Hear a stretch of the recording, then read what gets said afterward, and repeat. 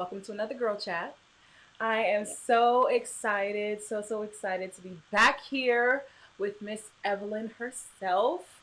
As you guys know, we have been doing these girl chats and have been having so much fun. I don't know. You guys seem to be enjoying it. We are definitely enjoying it. Hey, Miss Carter. Welcome.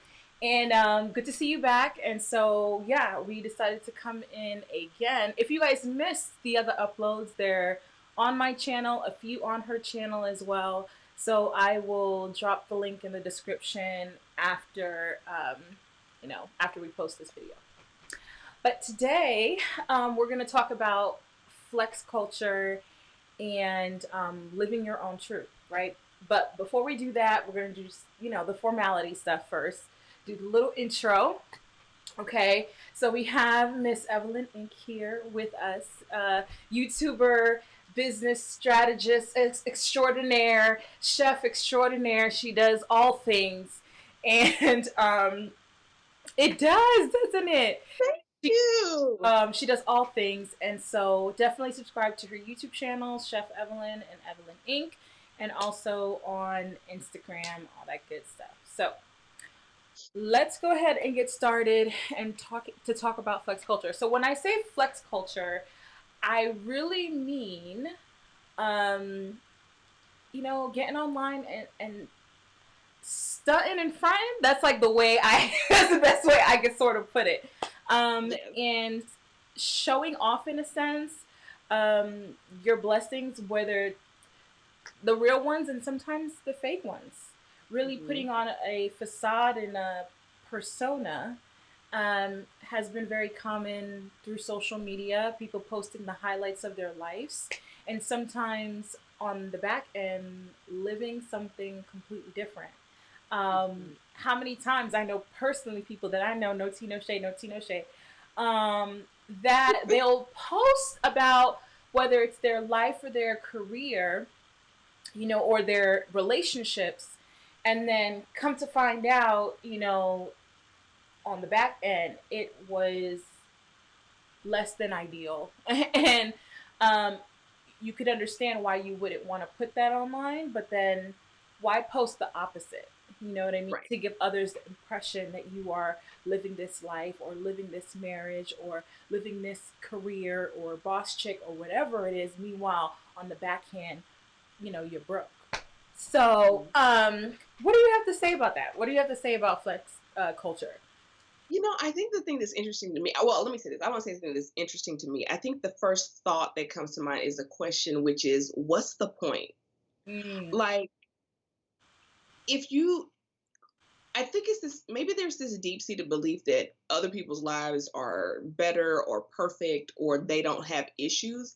And here's the thing, I don't think you have to necessarily post your issues to be authentic. Hmm. I think I think you can post the positives of your life and still be authentic, and people can read that without having to lie or cloud the truth, or um what's the word I'm looking for? Or like insinuate that things are different than they actually are. Right. Like, I'll give you a perfect example. So Miss Carter just gave me a lovely compliment that says Ellen's looks amazing. Thank you so much. So I get that comment sometimes on my Instagram stories, right? Like, people will reply to my stories and be like, "Oh my God, your skin," and I'll reply back, "Thanks, I'm using a filter." You know what I mean? Like, you know what I'm saying? Like, Yeah. let me be clear, some of it is me and some of it's a filter, and it's just a little joke, and I'm not trying to deflect the compliment, but I also want to be forthcoming. Like, yes, I have clear skin, but I'm also, now today I don't have a filter. Like, it's just that simple. So I think my question is, I don't get the motivation behind it. um and I live by the belief that everything in the dark will eventually come to the light. Yes, girl. Yes. So that's why I'm at with, like, you do know, like, and you don't know when, and you don't know how, and you don't know why, but somebody gonna peep game. Yep. Whether they blow the whistle on you or not, depending on the significance of it, you don't know. I mean, I see stuff with people all the time, and I'd be like, but I'd be like, I'm not really a whistleblower. Do I really care that much? And so I don't say anything because it ain't my place, but don't it doesn't mean I didn't peep it though. Why do you think people do that though? I don't know. I think maybe it's my friend who's a therapist. She told me one time, she was like, people have a couple of different identities. The person that they think they're supposed to be, the person that they want to be, and the person that they are. Mm, And she was like, and most people have a really hard time reconciling those three down to one, mm, right? And so I think that for some people, the facade is, here's who I think I'm supposed to be, so let me post that. Some people post the facade, here's who I want you to think I am.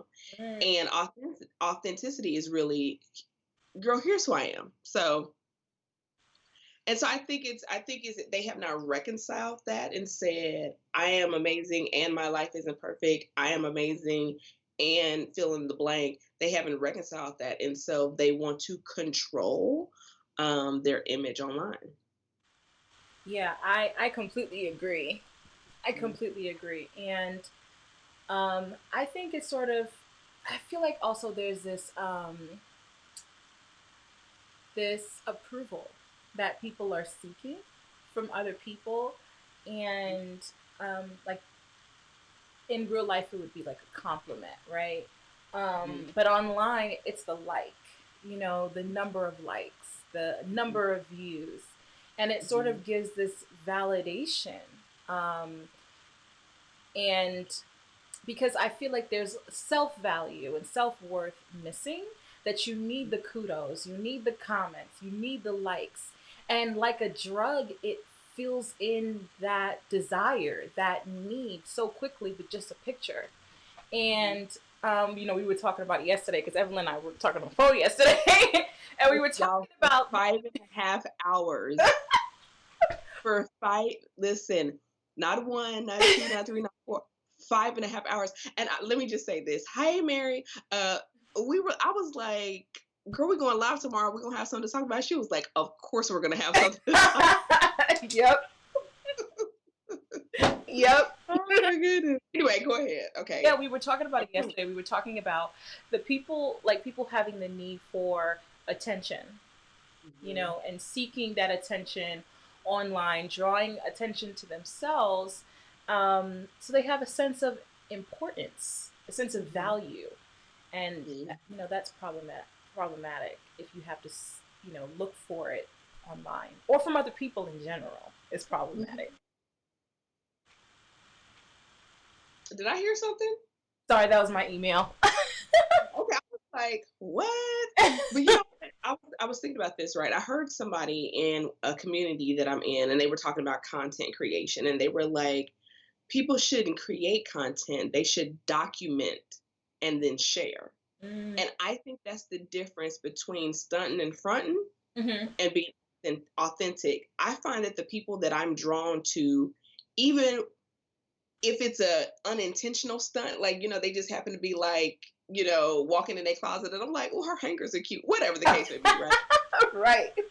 They're genuinely, they're just documenting their lives and they're sharing. They're not trying to create an image. They're just like, this is who I am. Now, if they're naturally fabulous, it works and it doesn't come across offensive. If they're naturally a little bit flashy, flamboyant, or high end, or whatever the case may be, if that's genuinely who they are, it doesn't rub me the wrong way. If they're just documenting their life and sharing, it's when I feel like you're building a character Mm-hmm.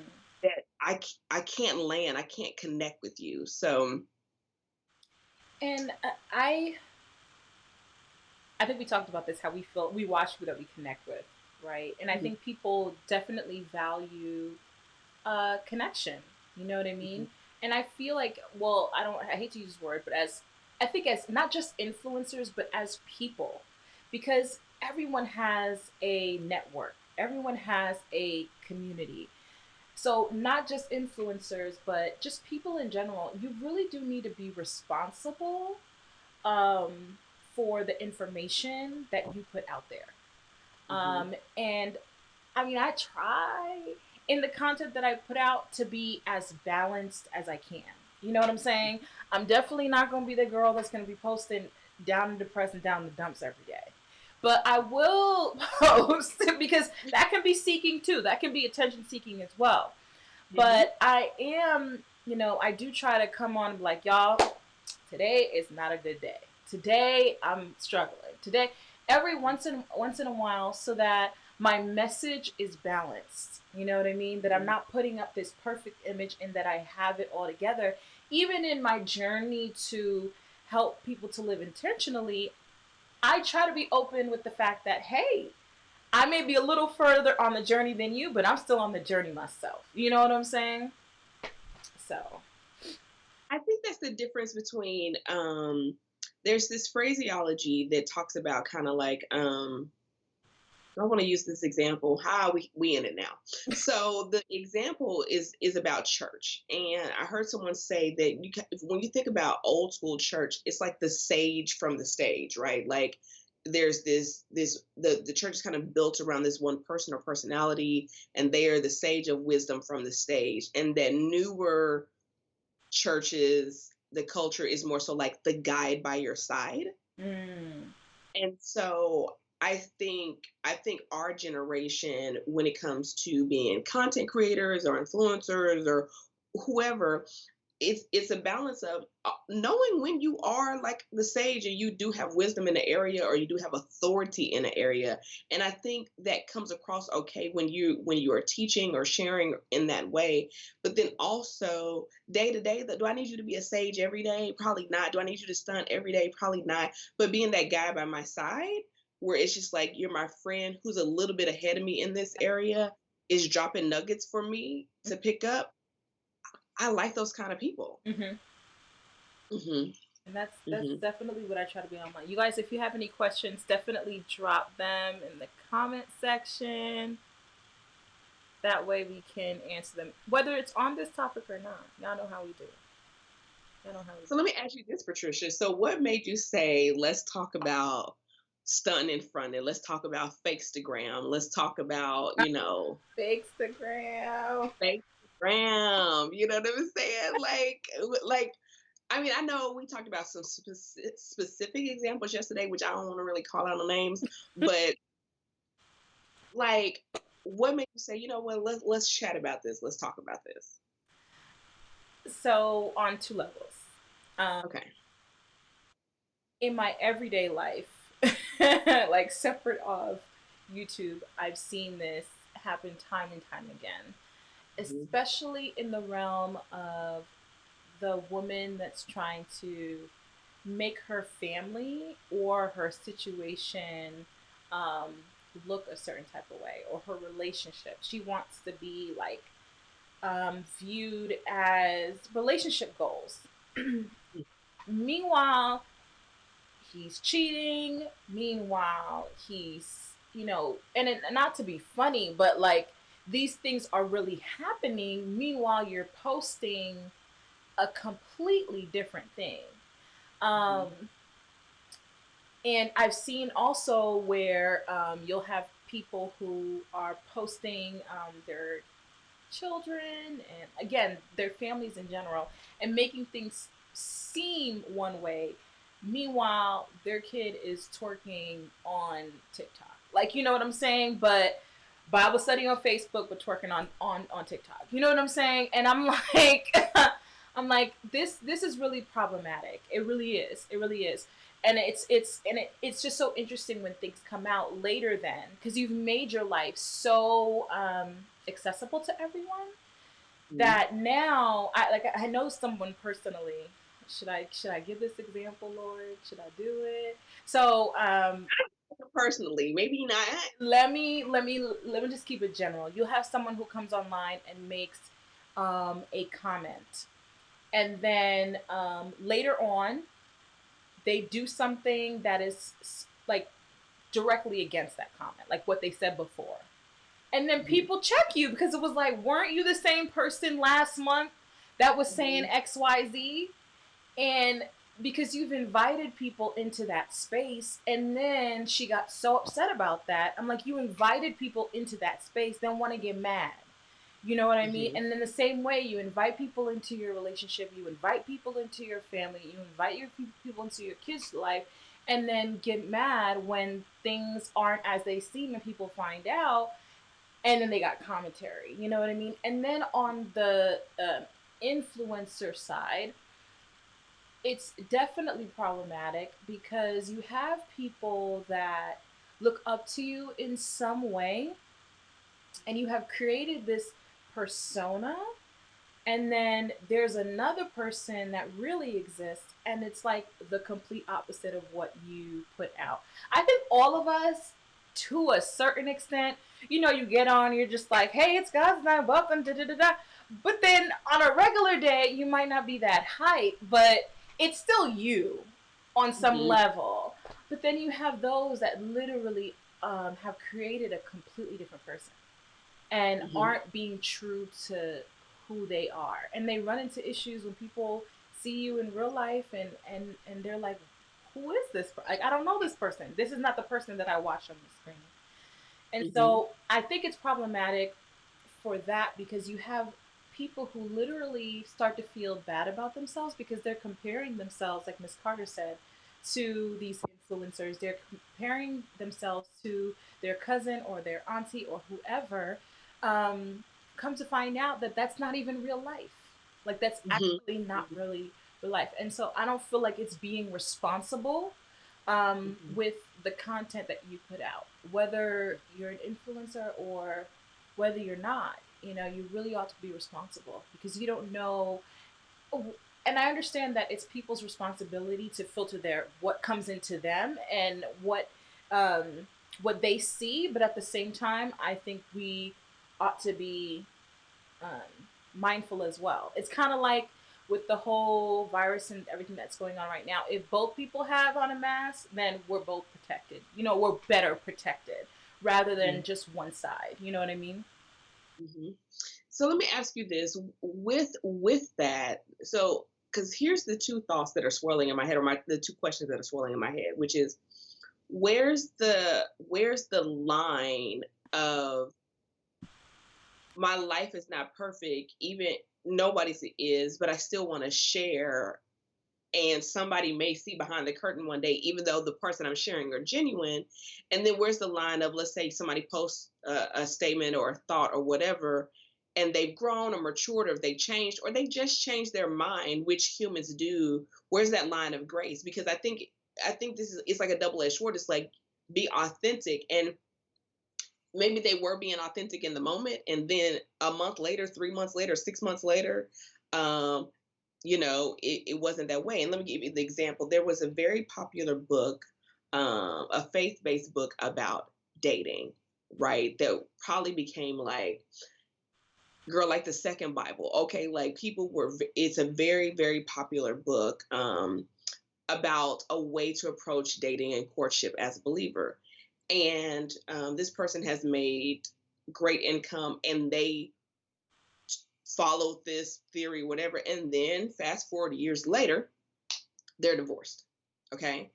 And so they had to go on their social media and, do this big apology, and that some of the things that they put in their book were unrealistic. Some of the things that they put in the book, um, and that they did themselves, was part of the reason why, um, they were having troubles in their marriage. It's part of the reason why their marriage failed. And so, and this is not like a year apart, this is several years down the line. And so I guess my question is, that was who they really thought they were at the time, and then fast forward, and so people were upset, like, that book kept me single, and da da da da da. And like, and that's just one example. And so I do think you have the group of people who are intentionally being dishonest. But what happens to the people that their life was good, and then a sharp turn of events happened and it wasn't? Right. So how do we give grace for those where it's like, you were being authentic and you weren't necessarily trying to stunt? Maybe you were just genuinely sharing, and then your picture perfect, what ain't picture perfect no more? Mm. I think it's approaching with humility. Hmm. You have, and we were talking about some of them on yesterday. You know, how people sort of approach with, for example, like, I'm the boss chick. I have the information that you need. Like, you know, you need to follow this route, and that's what's going to give you success. I think when you approach situations with humility, with authority, but with humility, allowing for error, allowing for grace, you will be afforded grace. You know what I'm saying? Mhm. Um, you know, these things happen. Also, being in like your own truth in every moment. Like, that person probably honestly felt that she or he was being helpful in that moment, but also coming back and being truthful in that moment again and saying, hey, my bad. Like, this was not helpful. It was actually detrimental. This is what I said, but this is what real life is now. You know, and Mhm. being and owning up to it. And people are like, okay, so this is a real one. This is a real one who truly lives life and cares enough to come back and say, hey, guys, this is where I'm at right now. You know what I mean? Mhm. Mhm. No, I think you're right, and I think it's also, to use that example about that book, I think it's also knowing when you're not ready to speak on a topic. Right. Or not Um, qualified. Not qualified. And I'm not gonna say no names, but and I'm not married. But I'm just gonna use this category as an example. I'm always amazed at the people who want to give marriage advice and they've been married 27 seconds. You got a book, you got a course, you on tour. You be like, but you got married last week. Mm-hmm. Like, where are the people who have had children who or chose not to have children and they've been through some seasons and they got past the 7-year itch and maybe they lost a parent or they lost a child or what, and that thing has been tried, right? Like, it's like, oh, we've actually weathered through some things, but we didn't write a 27 chapter encyclopedia on week 2 when we got home from the honeymoon. Like, Right. and so, but apply that to business, right? Like, it's the same thing. It's like, so your only business has been teaching people about business? Mm, You know what I'm saying? I'm always, I think this is where discernment comes in, and we talked about this, that I do think there's a responsibility on the end user to be like, nah. yeah. You know what I'm saying? Like, I'm not saying that you may not have knowledge of something, but wisdom is a different thing. And so I think, to your point, I think part of that humility that you mentioned is knowing when you may have a great idea, but maybe you're not ready and you haven't lived long enough or experienced enough in that area. Yeah. I heard Bishop Jake say once that he wanted to write a book about race relations, Mm-hmm. and then he started traveling the world and realized, oh, it's more than race, because you can go to a country that's predominantly one race, but then they have colorism, Mm-hmm. right?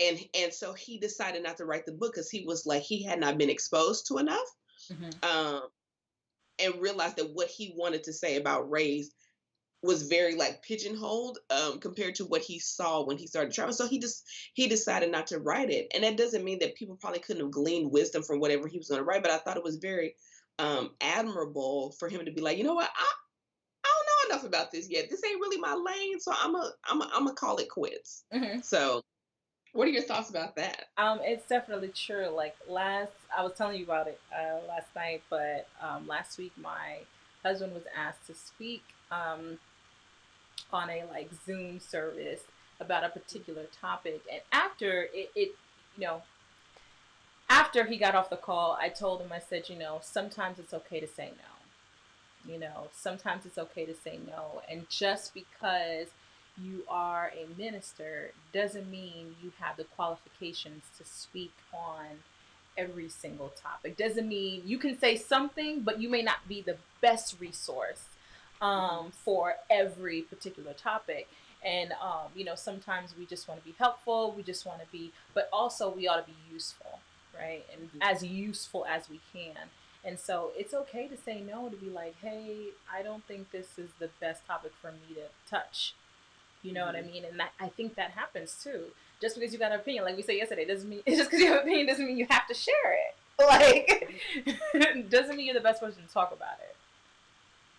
Yeah, I remember I was doing this course for my church, and I had this great idea. I took it to my pastor. He was like, "Yes, let's do it." And I was like, "Hey, but I think somebody else should probably teach it because I only have X amount of experience in this area, and I for this subject matter, I really think I should bring some people in."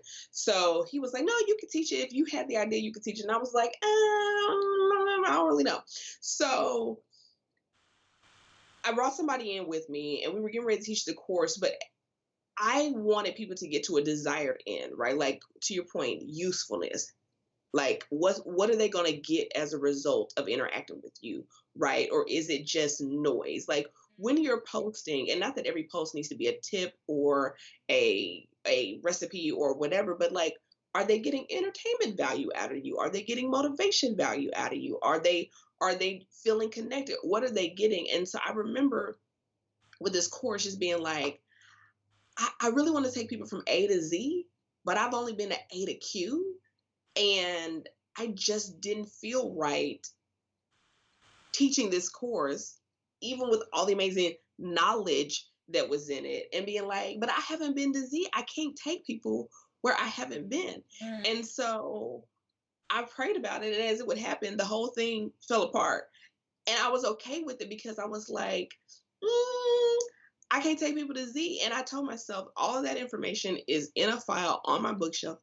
In the event that I ever get to point Z, then maybe I'll revisit it. But I think that's that personal responsibility of I was like, I know what people are gonna want from this, and I'm only gonna be able to take them so far. And I didn't feel good about it, even if they would have thought that A to Q was good. Hmm. You know what I mean? So, but I don't know, how do you teach that to people? That's hard. That's hard. That's hard. Because there's certain people that don't understand. I don't know why people are that way. I don't know why people feel like they have to speak on something, Hmm. even if they shouldn't. I Hmm. honestly, I don't understand that. I don't. Hmm. I don't.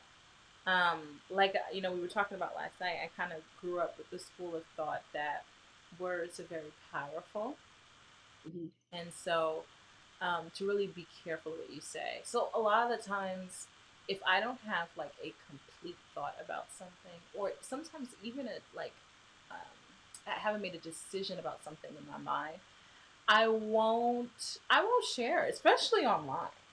Especially, Girl, no. yeah, Because people. it doesn't go away. You can delete all you want to. Them screenshots are there. Okay. Okay. And I've seen that happen to people.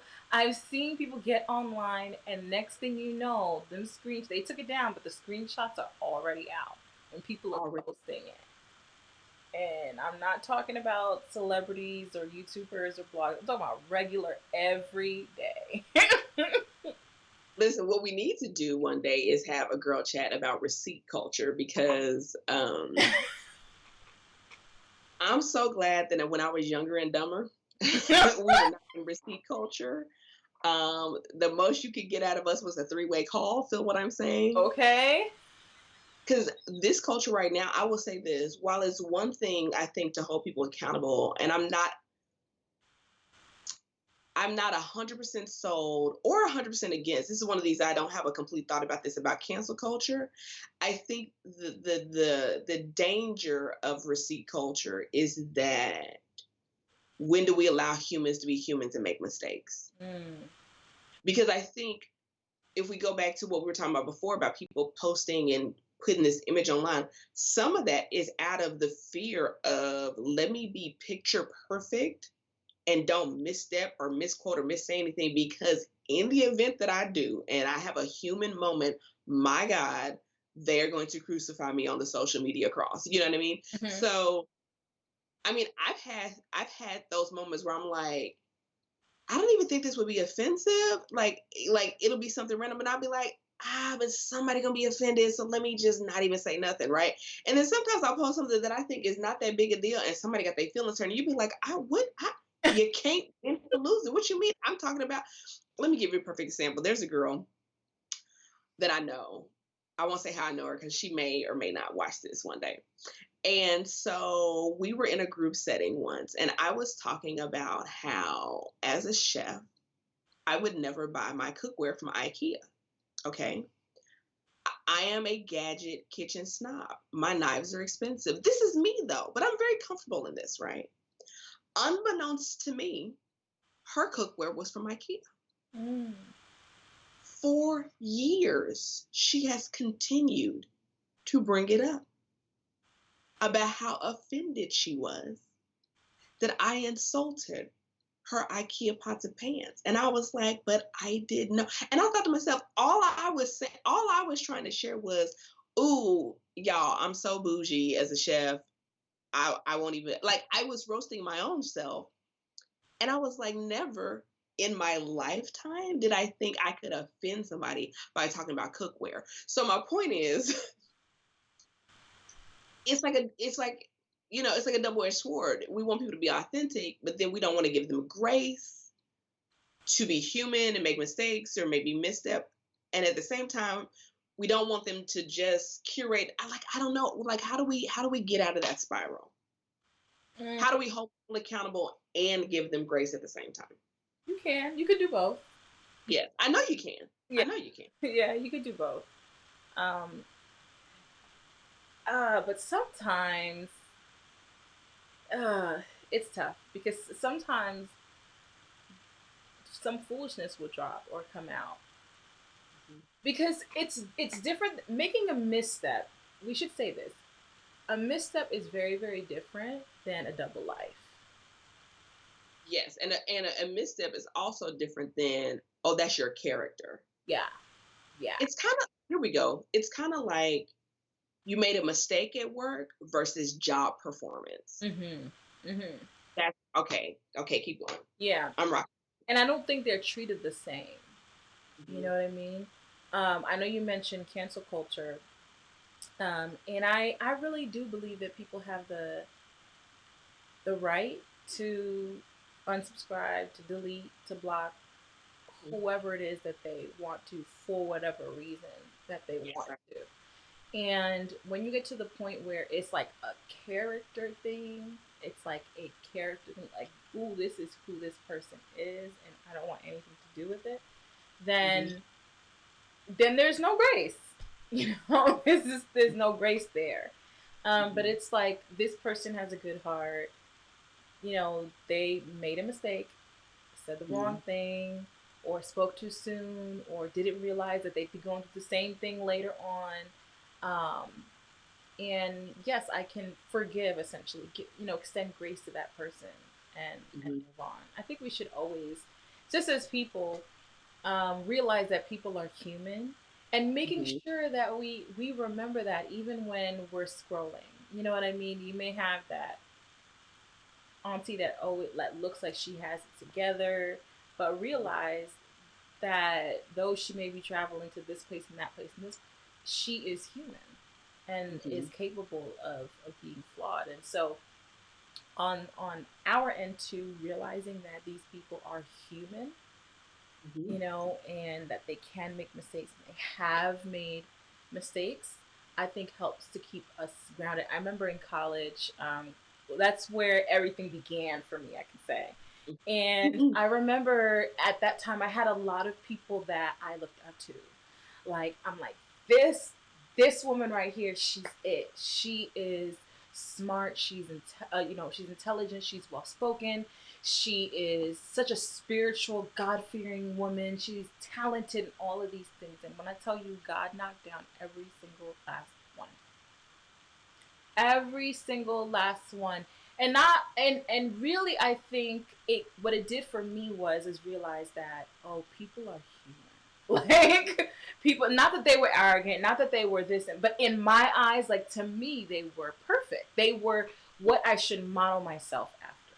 hmm hmm And it was kind of like God was just like, oh, you see what? Yeah, they're human. You know what I Right. mean? Like, Out of yourself after me. model yourself after me, right? You know what I'm saying?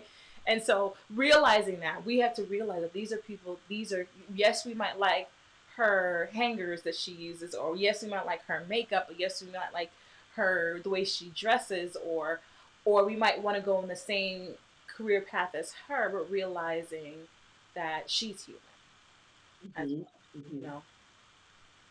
No, I think, I mean, I've had to learn that. I don't want to say necessarily the hard way, but it's definitely has been an eye opener. Like, whether it's people that I follow, whether it's people that I've hired to support me in different areas of my life, and being like, well, they said this, so I'm going to do exactly what they said. And then being like, actually, that ain't really it. Or that step number seven is not for me, but that has come with age. And I think at a point in time, I could have allowed myself to get resentful. I definitely allowed myself to get frustrated. Let me be clear. Okay. I definitely allowed myself to be frustrated because, to your point, I looked at them and was like, they have the formula, they have the secret, they know it all. I got to do exactly what they say do, the way they say do it. And every time I have allowed myself to slip into that experience, I get the rude awakening of Mm. they are also still human. I was working with a lady, and how do I say this? So I was going to be doing some work for her, and she was going to be doing some work for me. Let me put it like that. So there was kind of an exchange of value there, and I had gotten ill briefly. Okay, and so she was messaging me that day, and I was like, hey, I'm not well. I'm on my way to the doctor, XYZ. I need to cancel the appointments for today, XYZ. Get back from that situation. Try to walk her through. She's rushing me off the phone for me to never hear from her again. Conversely, I was working with another woman at the same time in a very similar capacity, right? And that woman sent me flowers, had her team call and check on me. Like, it was a completely different experience. And I was like, I was so into the first woman. I was like, this woman is like, yes, that's it. Who I'm trying to be in this particular area of my life. Um, oh my gosh, she's amazing. Where has she been? I'm so excited to be working up close with her in this way, blah, blah, blah, blah, blah. Like, and this woman with grown children ghosted me, never was concerned about my well being. And I was like, it was another one of those like eye opening, like, people are human. Okay. Wow. And that just because someone is advanced or mature or healthy in one area doesn't mean that they are like that across the board. I think that's what's so dangerous. I don't want to say dangerous. That's not the word I want to use. I think that's what's so interesting to me about people who are very much like stands for celebrities, because while that celebrated, aka celebrity, well-known person has been successful in this area, does not make them an expert in this area. Right. And it doesn't mean that they only have expertise in that area, whether it's music or acting or whatever. They could have other lesser expertise, but if you're just because you've made millions of dollars in movies, I don't know if I'm going to go to you for marriage advice. Right. Right. Just because you made billions of dollars doesn't mean I necessarily want to get my faith advice from you. You know what I mean? And so, but I've never had the personality though that's been starstruck or a stan. When people are like, have you met celebrities before? Yes, they poop just like I they're just they're humans. Hmm. So I don't know how I went down that tangent, girl. You got to reel me back because sometimes I don't even know where I'm going. So let's start talking about like living in your truth, because you talked about the different people, the three different people. So Mm-hmm. how can we go about living in our truth? Okay, so I have some thoughts here that you may disagree with. Okay. Okay, the first thing is I'm not a fan of the phrase "your truth," Hmm. and let me tell you why. Because I believe that there are some universal truths, Hmm. and while I may have been a fan of that phrase 10 to 15 years ago, that phrase has morphed into whatever I feel is true. Even like it's morphed into whatever I'm feeling at the moment um is reality, even though it's just a feeling. Like the feeling is real, but the reality may not be the same. Here's an example of the way I look at it. It's kind of like if somebody walked into a room, and they say, I'm cold, right? There's a difference between I'm cold and it's cold. So if you walk into the room and the room is 95 degrees and you say I'm cold, you might have some kind of fever, right? Like you may be sick or something like that, but the room itself is not cold. So my first part when it comes to living your truth, I think it gets a little dangerous, particularly for me as a believer, is that I do believe there's a baseline of truth for our lives. I will say what I do agree with is that it's more like being authentic to who you are, what you desire, but it gets a little fuzzy when we call it true. Mm-hmm. Because then I think that's where the rub is with people. Well, if it's kind of like if I say there's a law of gravity and somebody be like, actually, my truth is that there's not. There's a law of gravity. You know what I mean?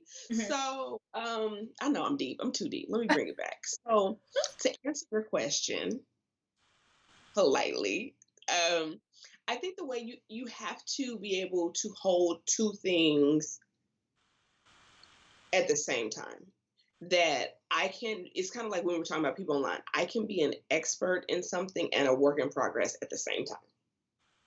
I can be successful in this area and not successful in this area at the same time and hold those two things at the same time. Most of us don't like gray.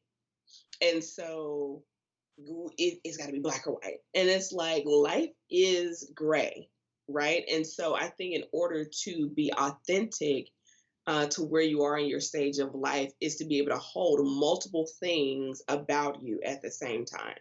It's like me. I feel like I'm a loving person. I feel like I'm a good friend. I feel like I'm this, I'm that, or whatever. I also can be a little spicy. I can also be a little short. You know what I'm saying? I can also hit you with the silent treatment so quick you don't know what happened. Okay. And in order to live that out, I have to be able to hold those two things about me to at the same time and be able to wrestle with the fact that I still can believe that I'm a good person and I still can believe that I have room for improvement at the same time. Most people don't know how to hold that rub. Mm. Okay, what are your thoughts? Um, so I do, I get your point. I do get your point. Um, in that we definitely live in a society where there is no absolute truth. Um, and people just sort of live their own experience. But I'm a fan of the phrase, even if you reword it to being authentically you, um, then that can be more palatable for some. Mm-hmm. But what the reason why I like your truth is because just like something can be inauthentic, it can be authentic. And just like something can be true, it also can be false. There is a false you. That's there are people that are literally living a false life. Like that is not you. Mm-hmm. And while I do see how it can become problematic in in the believer context, but being someone that was like immersed in the church, I mean, turned on the lights, took out the chairs, tent meetings, all that. Mm-hmm. I understand also how it can be problematic because Mm-hmm. then people hold their interpretation or the truth that's been revealed to them and that they live by, and then extend it to someone and also require it of them. You know what I'm saying? When that's not the truth or the light that's been revealed to them. You understand what I mean? Yes, there are like base truths, but Yeah. just because this is something that you hold, for instance, there are those who take the Levitical laws as it pertains to food very seriously. There are Right. some that abstain from pork but don't abstain from the rest. There are some that abstain from all of it. There's some that revert to the Genesis diet. There's or the Daniel fast, and they literally live that life.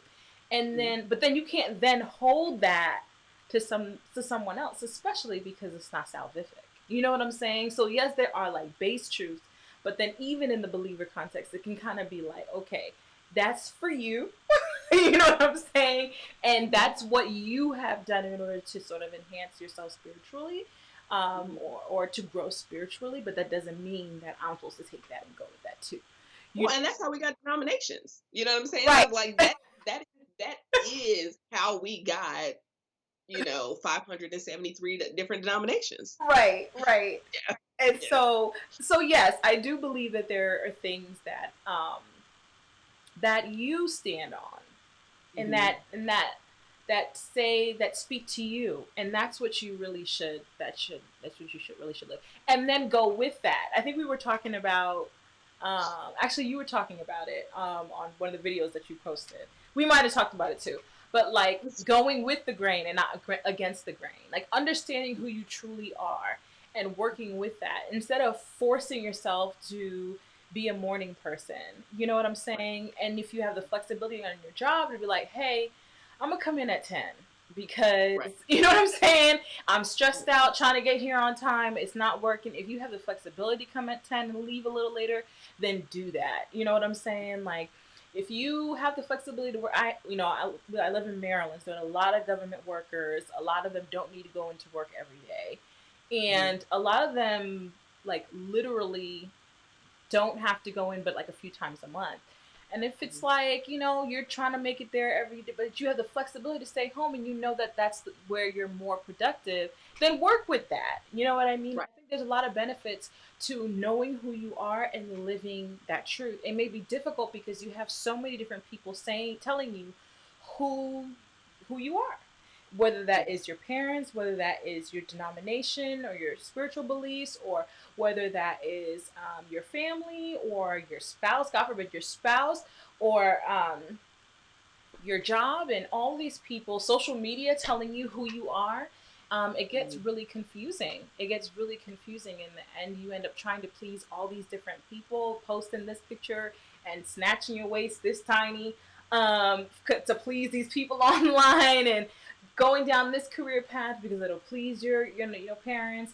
Stay at work 30 hours a day, to please these folks at work. Like, you know what I'm saying? Like, you're living this life that's not true to yourself, and in the end, you end up burnt out, lost, and, eventually you get tired. Hmm. I think you and I talked about this and in one of the lives actually, to your point, to kind of circle back to like how do we do this, right? And I think it's like you have to have the space to sit with your own thoughts. Mhm. It's kind of like we talked about with exercising. I finally realized I don't want to do burpees and kettlebells and whatever. The reality is Evelyn likes to dance. Evelyn likes to hula hoop. Evelyn likes to jump rope. Evelyn likes to bike ride. That's how I like to move my body.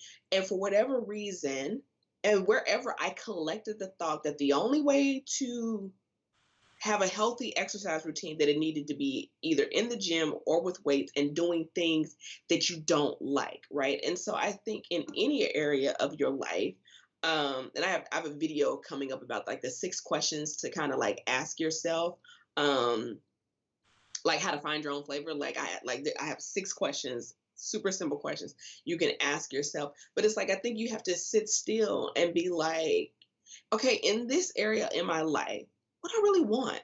Do I like this? Like I'll give you an example. I recently really got into morning routines, okay? And initially, I had read all these articles on Pinterest and watched all these YouTube videos on like what should go into my morning routine. And girl, it was trash. Like none of it. I was trying stuff and I was like, this is not it.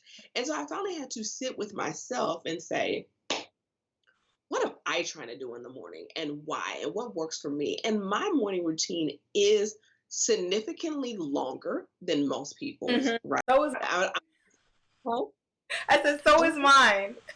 Yeah, I'm almost embarrassed to say how long it is, but I work for myself and I work from home, so I'm not gonna feel guilty about it.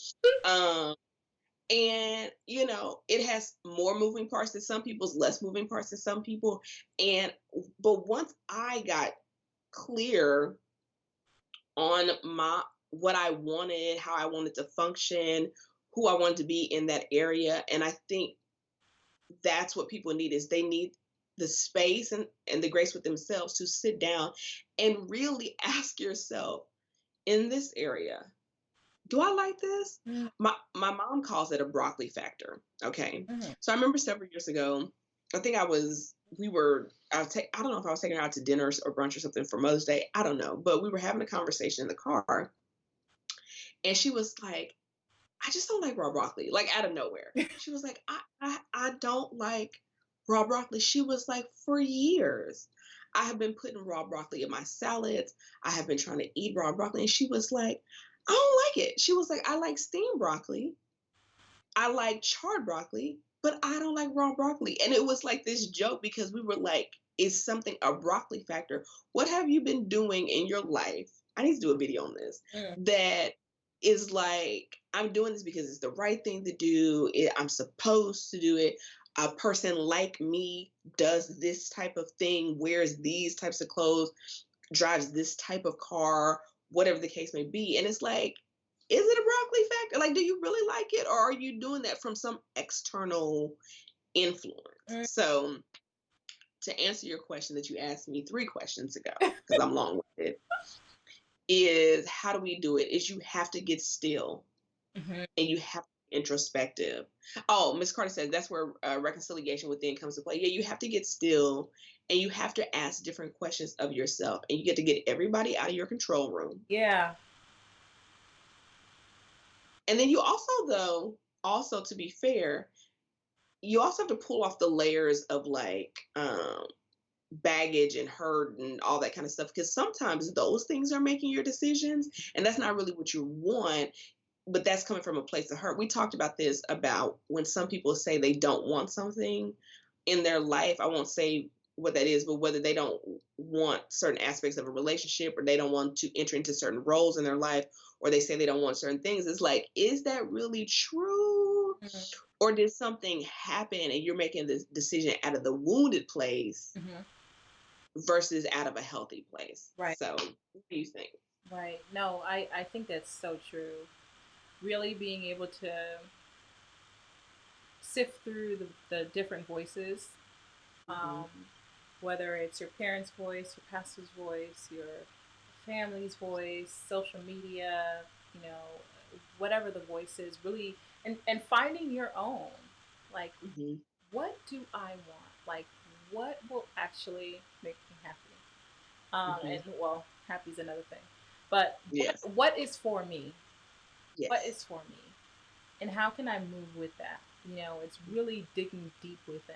And like you said, sometimes it will be hard for some because what's been told, who you've been told that you are and who you actually I've been so like meshed together Mm-hmm. that you can't even tell the difference. You know what Mm-hmm. I mean? And it's yeah, yeah, the quiet time and digging deep within and Yeah, recognizing and I your think voice and listening. to your point about what you just said about what you've been told, Mm-hmm. is also, I think the challenge that I've had in certain areas that other people may have had is that there's a book. It's almost like you have to be able to believe that something is possible, Mm-hmm. right? So sometimes we don't know what our desires are because somewhere we have been told that it's not possible. I had the belief that in order to have a healthy workout routine, that the belief was that I couldn't enjoy it, Mm. right?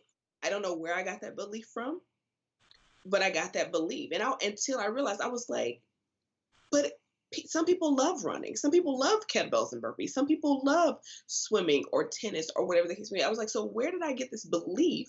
So sometimes you can't even get to what you really want because there's an overarching false belief Yes. um, that's in the way. It's a roadblock, right? I mean, that's what the new age people call mindset. It's like I'm gonna say, I was talking to a homeboy of mine last night, right? And he was like, anything that, what's the phrase? It's anything worth having doesn't come easy. Mm-hmm. And I was like, Well, mm-hmm. I said, so think about that, right? I said, so if that is your prevailing belief, then anything that you have in your life, you're telling yourself that is going to be difficult to have. And so I asked him, I said, so look over your life. And like, he's in his 40s. I said, so look over your life and look at the things that you believe are worth having. Have they been a struggle to get? And he was like, all of them.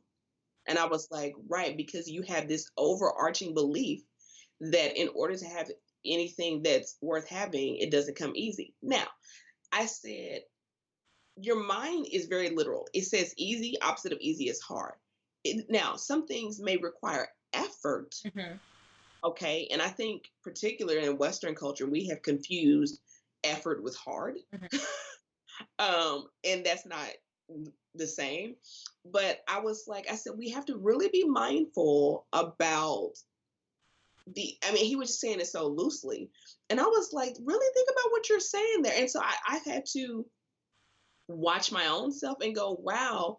Particularly, like, I can look at an area and be like, I'm not where I want to be in the area, or maybe I don't have what I want to have in that area, or whatever the case may be. And usually, if I sit with it long enough, and I pray about it long enough, and I journal about it long enough, and I dig deep enough, there is some thought in the root, and I'm living that root out. Mm-hmm. And so I think for people to live their truth, to be their authentic self, sometimes the challenge of knowing what they want is there's this belief that's blocking what they really believe is possible. Mm-hmm. So I was let's see, I don't know if I should give this example, but I know someone mhm, who we were having a conversation, and she was telling me how um, basically how her whole life was controlled by her family, her parents. Her whole life was mhm, controlled by her parents, from where she went to school, what she decided to study, and all that. And um, so when I asked her, because we grew up in a very similar, similar culture, and I was very much different, where, I'm like, here's a PowerPoint presentation as to why this is what I should be going to this school and doing it. Like, I was very much so like, I will logically fight you respectfully so that I can get to do what I feel I should be doing. And but so I asked her, I said, how come, like, how did you just so blindly follow? Like, and she literally said, I literally believed that I couldn't survive without them. I literally believed that I couldn't do it without them. And I said, wow, mhm, that's powerful. Like, mhm, that's a mhm, grit, because it didn't matter what they said. Because of that mhm. belief, you would do anything, Yep. because you didn't literally believe there was an alternative, like an alternative Mhm, existed. You know, mhm, just to your point about beliefs and how strong they are, right? mhm, And so, while you may say, like, you know, um, my parents tell me to do this and I'll follow in this route, but if you believe that you can't be successful doing what it is you felt you were called to do, that's problematic. And you right. won't ever choose that over what's been given to you or what's been laid out to you, because of that Mhm, belief. That belief itself will hold you back. mhm, mhm. You will manifest. Mm-hmm. You will have what you say. Mm-hmm. You will have what you say. And to You know. this point too, and I remember when I was in marriage counseling, the person I was doing our counseling, he was like, sometimes you have to be careful the words that leave your lips and what you focus on, Mhm, because sometimes your brain doesn't know the difference. You can focus on, oh, I'm not gonna be like my dad because he was XYZ, and you focus so much on that you become your dad in that area, yes. because you are what you say and you are what you focus on. You know what I'm saying? Mhm, So if you don't want to be raggedy, just focus on living not raggedy. You know what I'm saying? Mm-hmm. As far as like, you know, it's kind of one of those things where I'm trying to think of a good example. I can't think of one, but yeah, it's better to focus on being the thing that you want to be instead of the thing that you don't want to be, right? Because Yes. that's what's going I to mean, get you where you need to go. yeah, I mean, there's some school of thought that the brain doesn't recognize like the N apostrophe T, like don't, can't, won't, whatever. Like there's some schools of thought like that. And I've heard some people have this belief, this school of thought, that you don't get what you want, you get what you focus on. Mm-hmm. And I will say I have experienced that, Mm-hmm. right? That I wanted something, but I focused so much on this that I got what I focused on because there was so much energy Put into towards that thought, yeah. Mm-hmm. right? That I drew that to me, even if it wasn't what I wanted. And so it takes effort, it takes stillness, it takes taking every thought captive to be able to move your mind to focusing on what it wants and what it desires. It's kind of like this. If you ask people what they want in a certain area, they will start by telling you what they don't want. Mm-hmm. And you be like, but that ain't what I asked you. And usually when they start there, that's what they're currently experiencing. Well, I don't want this and I don't want that and I don't want that, right? Myself included. Mm-hmm. Okay. Like the first thing that's coming out their mouth is usually what they're experiencing in that area versus being able to say, this is what I want. And I think I read a statistic that like 93% of people don't know what they want. They know what they don't want, but they don't know what they want. Mm-hmm. Like, ooh, that's a word for me and somebody else. Okay. And so e- those thoughts, if you don't I call them strongholds. If you don't dig them up by the root, if you don't even know that they're there, right, then you will live it out. So like my mother is in her 60s, right? And she looks fairly young to be in her 60s. And but my mother probably in her 30s decided to reject the belief that she had to get bigger, get more sicklier the older that she got. She was like, there are people that are in their 80s that are healthier than some people in their 20s. So she decided, I don't want to believe that just because I'm getting older means that I have to be out of shape, that that means I have to get sickly, means that I have to start having osteoporosis and bending over, right? And so because she focused on what she wanted to look like and how she wanted to feel or whatever, and she, yes, she knew what she didn't want, but she focused on what she wanted. Like people are always like, what are you doing? And I mean, but her decisions were locked into what she wanted. And so over the past 30 plus years, she has walked towards what she's wanted. And so she's experiencing that. Imagine if she had locked into what she didn't want and then her decisions were focused on that and she walked 30 years in that direction. Mm-hmm. And so I'm starting to see that I thought I had it, like down pack, and then every now and then another thing will pop up and you be like, I did not know I had a belief in that area like that. And that belief is not serving me well. Mm-hmm. So, but some people will fight you to keep their unhealthy beliefs. They'll fight you. They'll be like, this is what I believe. Okay, great. Like my friend last night, he was like, well, I don't know. He was like, finding, a person, because he desires to be married to this, he wants to be married. And he's like, finding a quality woman these days is just hard. Well, then it will be for you. Mm-hmm. Then it will be. Mm-hmm. You should have whatever you say. I think it's really interesting that you said that most people don't know what they want, and they don't. And this becomes very problematic in the dating world. Hi, Jam Cherise. It becomes really problematic when you walk into a situation based on your don'ts. Um, Mm. Say that one more time. Say it that. becomes real problematic when you walk into a situation based on your don'ts. And so what ends up happening, and you know what it is? It's again people walking. And I think it's a value issue. It's not knowing what you want, but also it's a value issue because I think it's based on the spirit of if I get this, I can get this, and this it'll be enough. Instead of looking for your best match or a suitable match, you are looking for what you can tolerate. You know what I'm saying? What you can endure. And that is problematic. That's how you walk into a situation with someone, and yeah, he doesn't um, beat you because you saw that growing up and you didn't want that. Yeah, he doesn't call you out of your name because you saw that and you didn't want that. But does he challenge you?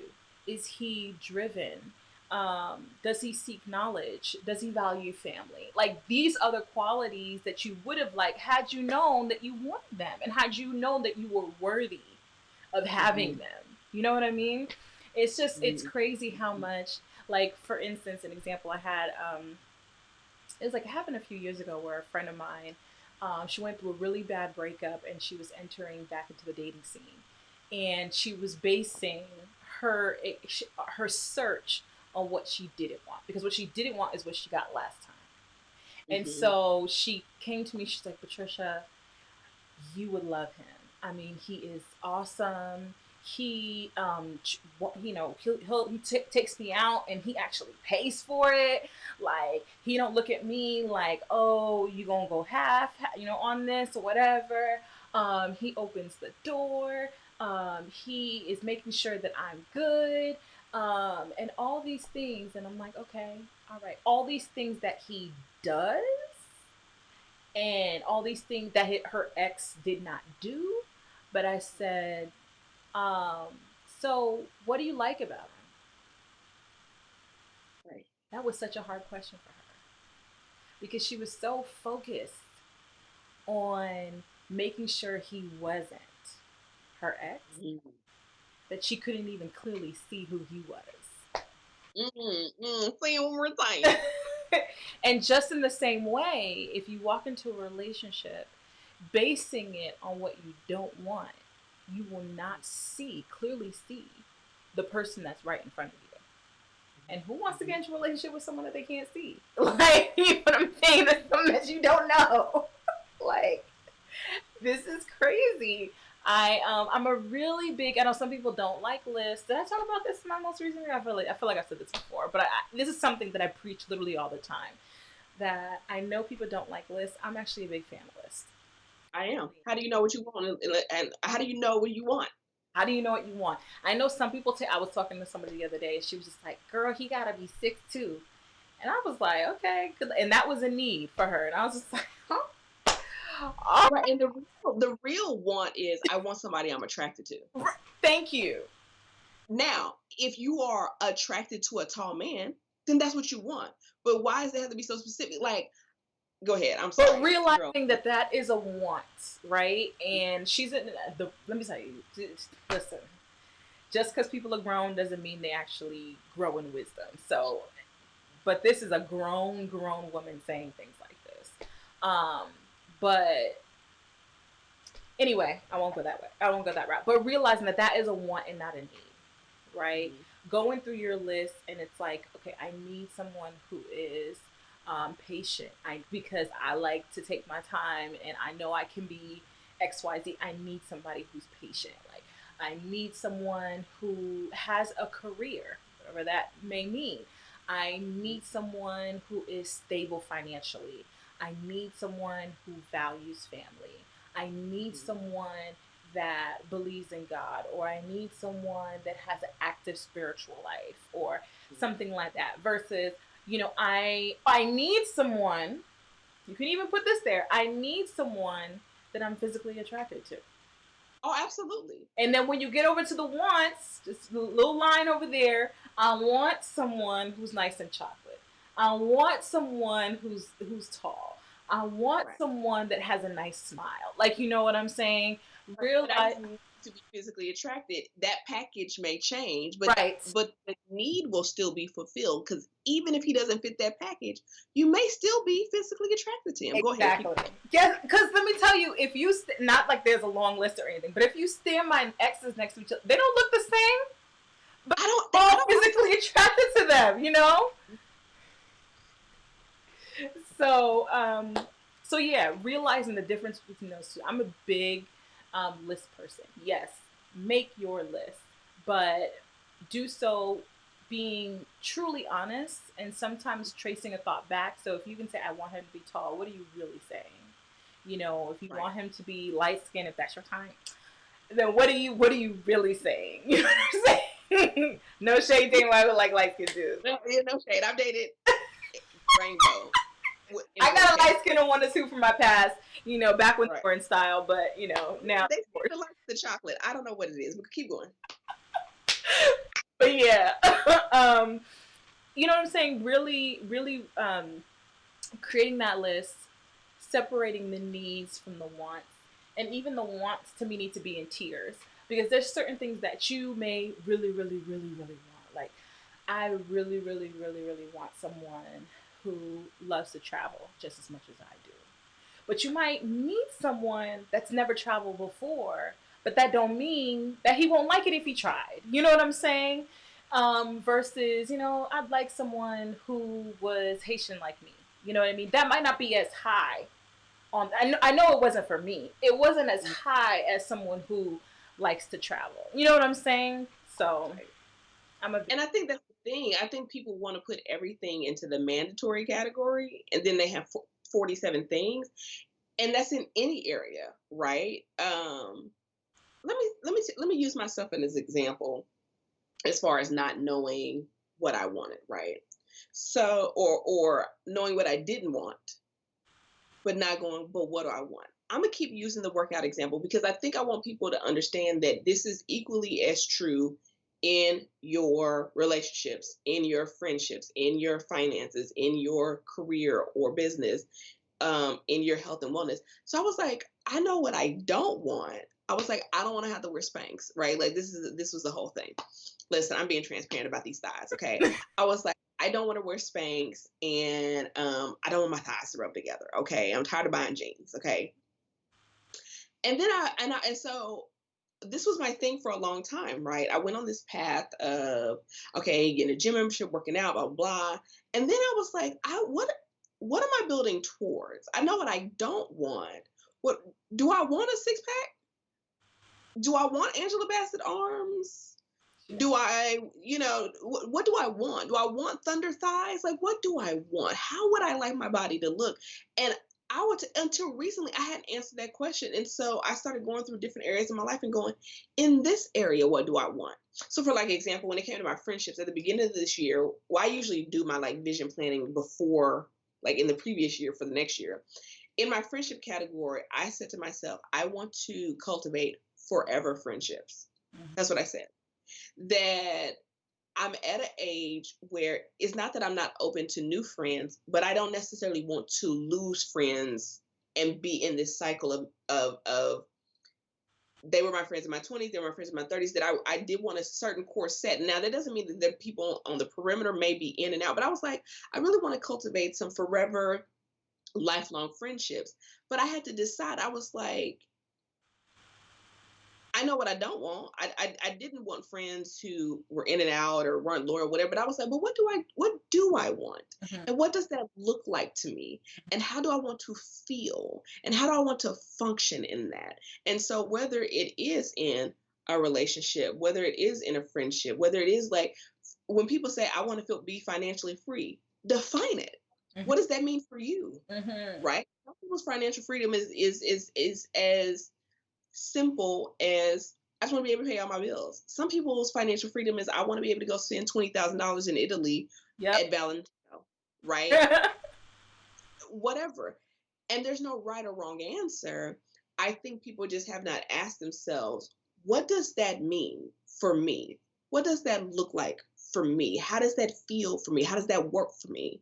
And then what do I need to do? Or more importantly, who do I need to be to make this a reality? Mhm. So I see we have a question. Yes, we do. This is totally off topic. Sorry, from Miss Carter 78. But have you guys seen the movie Acrimony? I know I'm late, but I just saw it this morning. How do you feel about it? Have you seen this movie? I have not. What is it? Tell Oh, me. Have you? girl, girl, girl, girl. It is definitely a conversation piece. I will say that. Miss Carter, I saw the movie while I was dating my husband. and it was so thought provoking that I brought up this conversation while we were. I know we were talking, yeah, and it's so funny because that conversation still comes up to this day. So Evelyn, I'm just gonna give you like a brief like You can give the spoilers because I'm probably not gonna watch it, but go ahead. so it is a Tyler Perry movie, and it is about. And Miss Carter, please correct me because this was like a year and a half ago, probably when I saw it, or 2 years ago.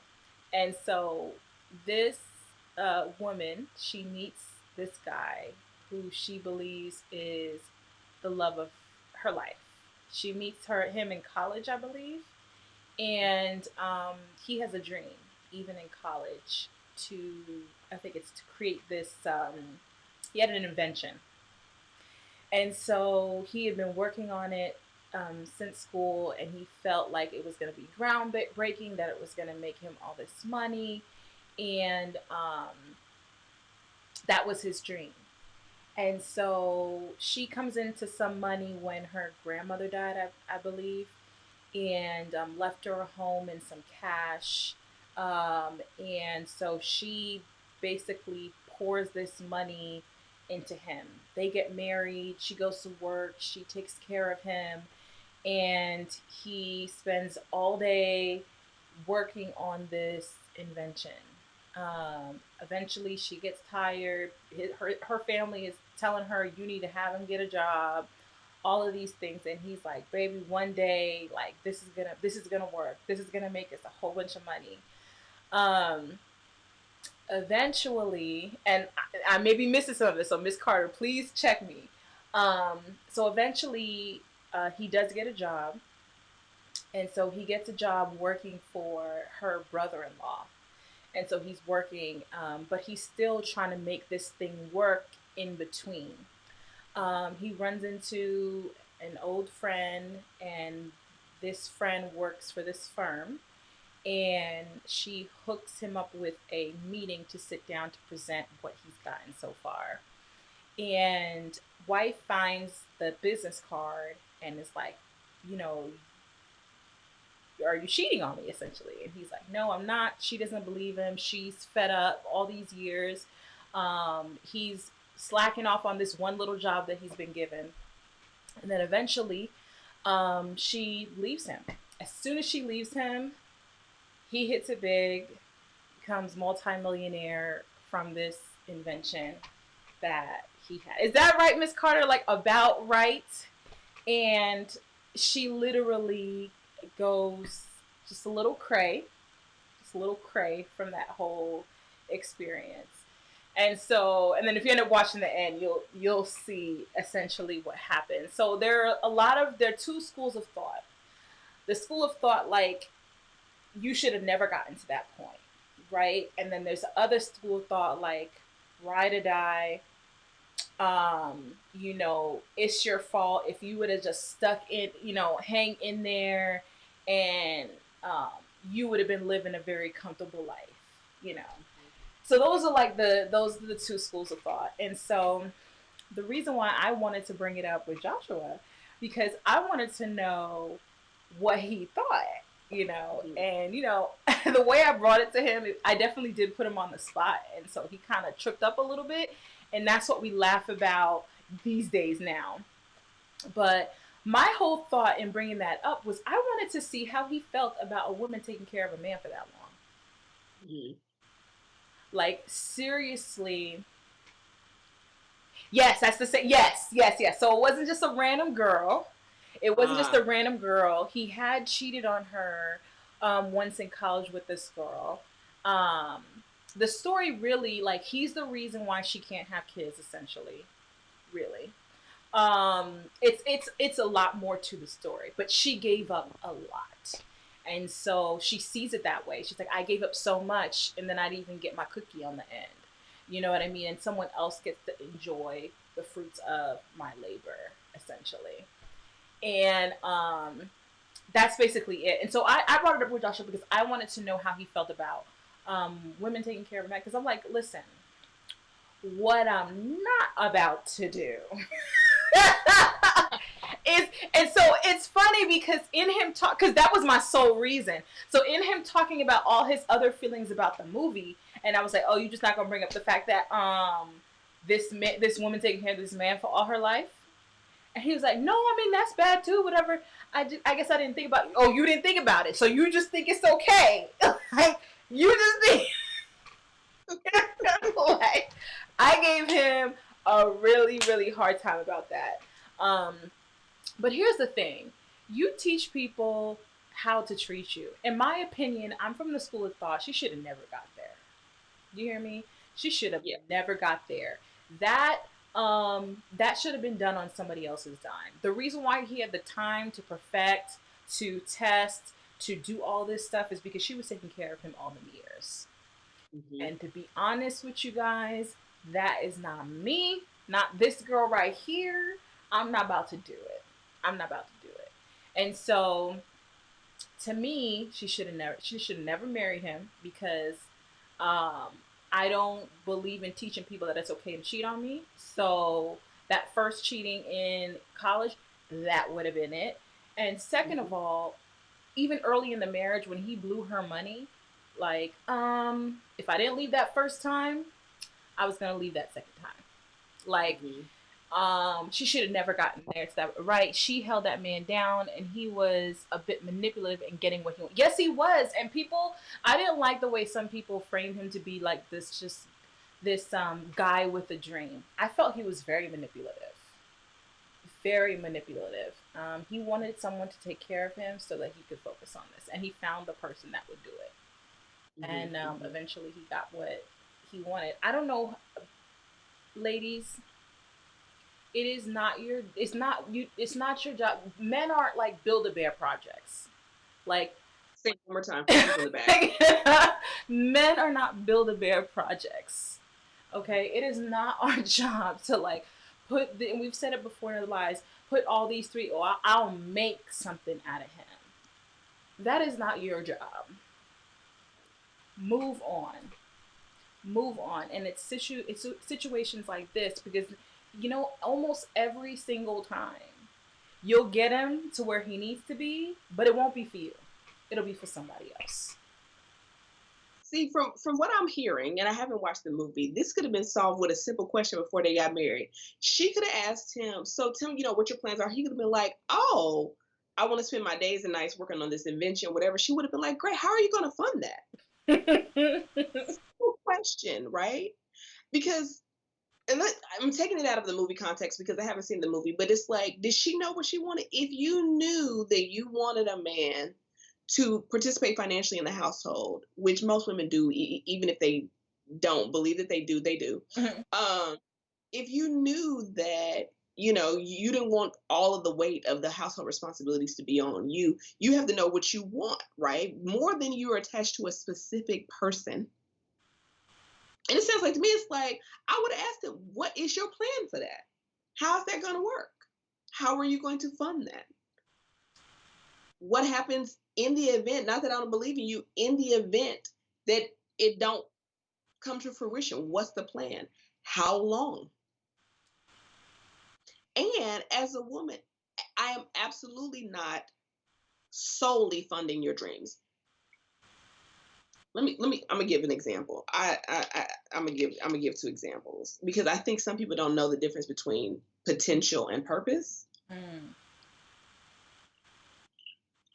What's the director's name who did Black Panther, the black guy, young black guy? I think it's Ryan something. Oh, Um, I can't remember now. you know what I'm talking about though, right? Okay. So he was talking about how when he was dating his girlfriend, now wife, he was trying to write movie scripts in Microsoft Word. Okay. Now, I've never written a movie script, but I can imagine for the level of dialogue and scene changes, whatever, that's got to be a nightmare. So she, not a wife at the time, a girlfriend, bought him some really expensive, like, movie script writing software, Mm-hmm. right? And people are like, well, so how do you know the difference between potential and purpose? It's real simple. It's like energy. There's potential energy and there's kinetic energy. Kinetic energy is a body that's already in motion. Okay. Potential energy is a body that's at rest. Mm-hmm. Okay. Anybody that's ever tried to help somebody in their family, help somebody come up, knows that if you are already in motion and you already know where you're going and you're already working with what you got, then you're already in purpose, and I can come along and help you. If, however, I'm like, you could do this, you could do that, you could do this, you could do that, try this, try that, and I'm trying to, you are a body at rest, Mm-hmm. right? Meaning, if I bring it back to the movie, how was he funding it initially? Mm. Okay. And how long was that going to last? And while he was a body in motion, like, how are you going to take care of yourself as a man, let alone a family? Yes, I can believe in this, and I can support you, and you can support this family, Mm-hmm. right? And so I remember, I'm gonna say two more examples to illustrate this point. I remember Kev on stage and his wife were talking about when he got laid off from his job and he wanted to pursue the comedy thing. Mm-hmm. Um, and she was like, "That's fine, and we need to have a plan because we have kids and bills and all that kind of stuff." And so she was all for him, Mm-hmm. and also required him to still fulfill his duties as the husband and the father, right? And so he talked about, like, that's why he went to All Deaf Digital. That's why he did all things. Yes, he was still pursuing this, but she was like, we need a plan. What we trying to do? What is the move? Now, on the flip side, I knew someone who had a friend. This woman was extremely successful. She used to be a professional sports player. She had a really prestigious career. Her husband was a really high earning medical profession. And when they were dating, she was very adamant about paying half. Very adamant. Both made incredible income. Okay. So they were the power couple, if you will. Mm. They got married. They have one child. She's still working. They have two children. She's still working. They have three children. She drops to part time. The fourth one comes along and she's like, look, okay, you make plenty of money. We have four children. I want to be home with the babies. This man turned to her and was like, so how you going to pay your half of the bills? Well, that's what she taught him. Yes. Wouldn't be me. Anyway, so those are my three examples that you have to know what you want, and then you have to set your requirements. Mm-hmm. And the gentleman in your life will either rise to the occasion or gracefully exit stage left. It's just that simple. And when he Go ahead. goes, it's okay. Mm-hmm. Angelic Impression says, didn't he give her a financial payment in the end also? I just want to make sure that this is the same movie. He did. He did. Mm-hmm. I can't remember how much it was. I want to say it was something like $1 million. I can't remember, but it was a good amount of money. But is $1 million worth all that pain though? Is it worth that time loss? Is it worth your ability to have children? Like, is it worth it? Mm-hmm. Nah, not worth it to me. No, Mm-hmm. no amount of money. He wasted her time. She wasted her life on that man, and that's literally how I see it. I do. That's how I see it. He wasted her time and she allowed her time to be wasted. And bought her back the house that he caused her to lose. Yeah, because I think he mortgage the home. The home was paid off, and then he mortgaged it, something like that. Girl, I'm telling you, I think it should. I'm telling you, it's a conversation piece. Like, there's so many things wrong. It's so many. Oh, it was 10 million. My bad. My bad. My bad. 10 million. Yes. Wow. And Amazing. did he get with the other girl at the end of the movie?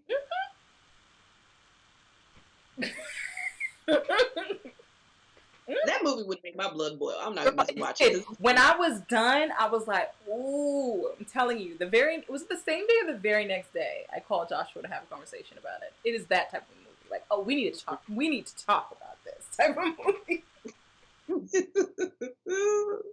It definitely is one. It's one of the ones. I am definitely a Tyler Perry supporter. But one thing is, if you watch one movie, you watch them all, except for Acrimony. It's definitely set up very different than your typical Tyler Perry movie for Yeah. sure.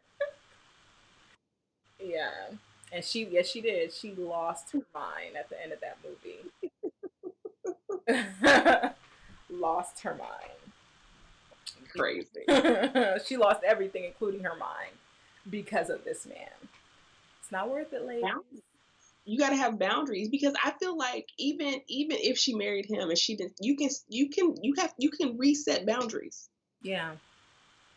You can reset and be like, I'm different now and I'm over this phase. How do we move forward? How do you continue to do what you want to do and me not feel insane? Mm-hmm.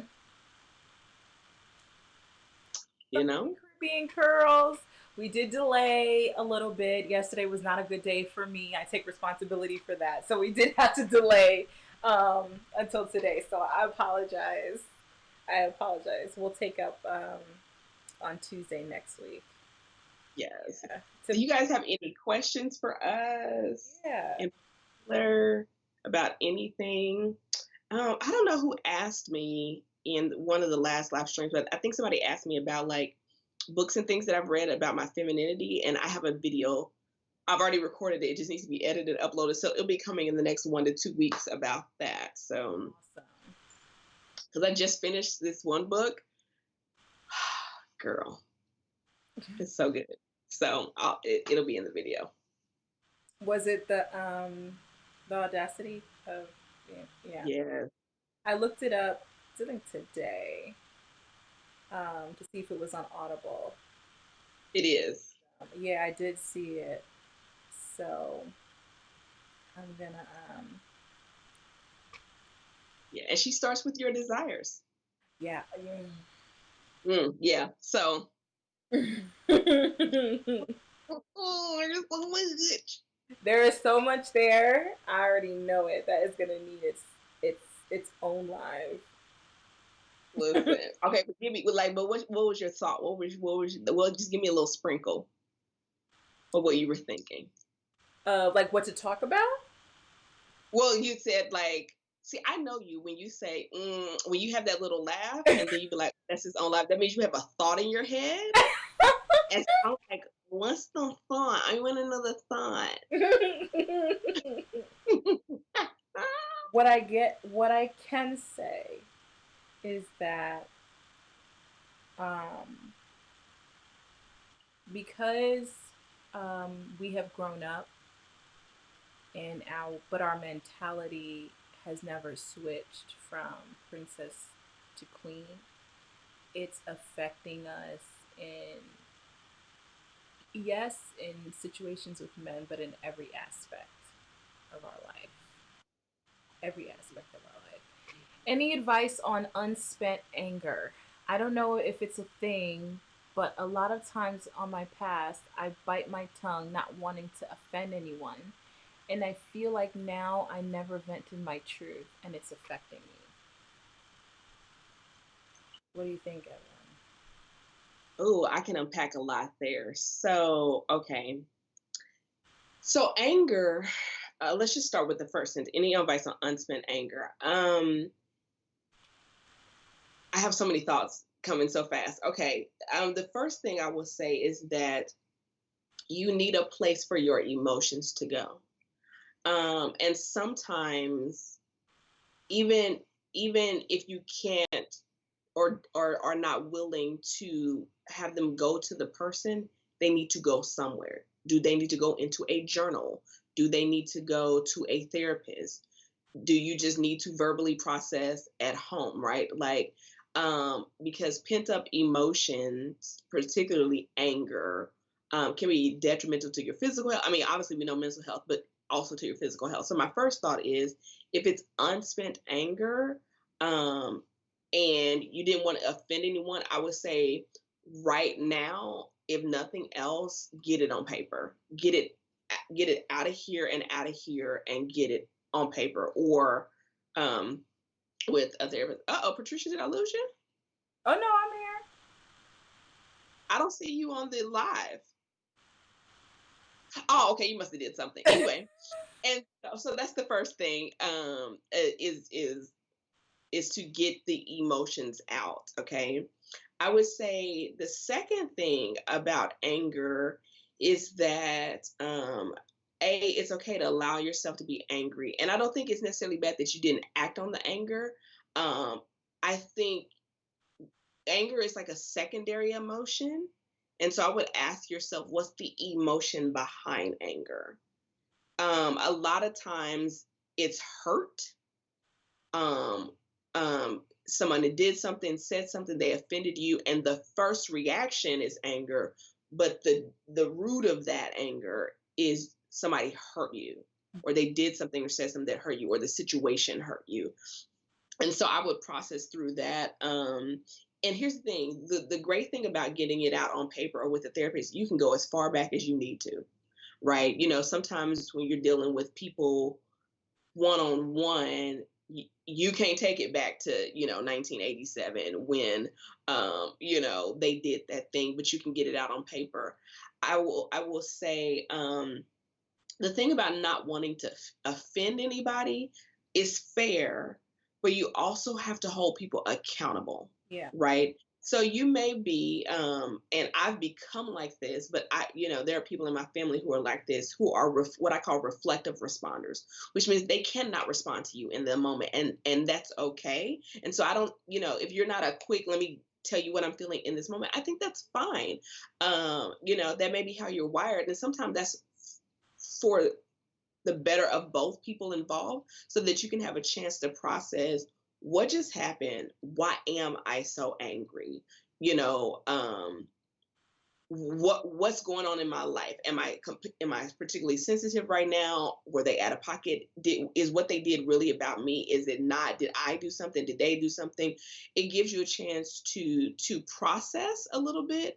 And I think the thing about not offending anyone is learning to speak the truth in love, Mm-hmm. which is something that I am still working on. But it really is about how do I say this honestly, wrapped in love. Meaning, I tell people that I believe that brutal honesty is when I say something that is true with the intent to hurt your feelings, Mm. right? That's brutal honesty. I'm gonna tell you the truth, but I'm gonna do it in such a way that I'm trying to hurt you, right? Then there's honesty, which is just facts. This is what happened. And then there's truth and love, which is, hey, this is how this made me feel, and I want to reconcile or prevent this from happening again. Like, I'm sharing this with you so that we can resolve what transpired, right? So I think it's learning how to be okay with even speaking the truth in love can be uncomfortable, and that also that the other person's reaction is not your responsibility.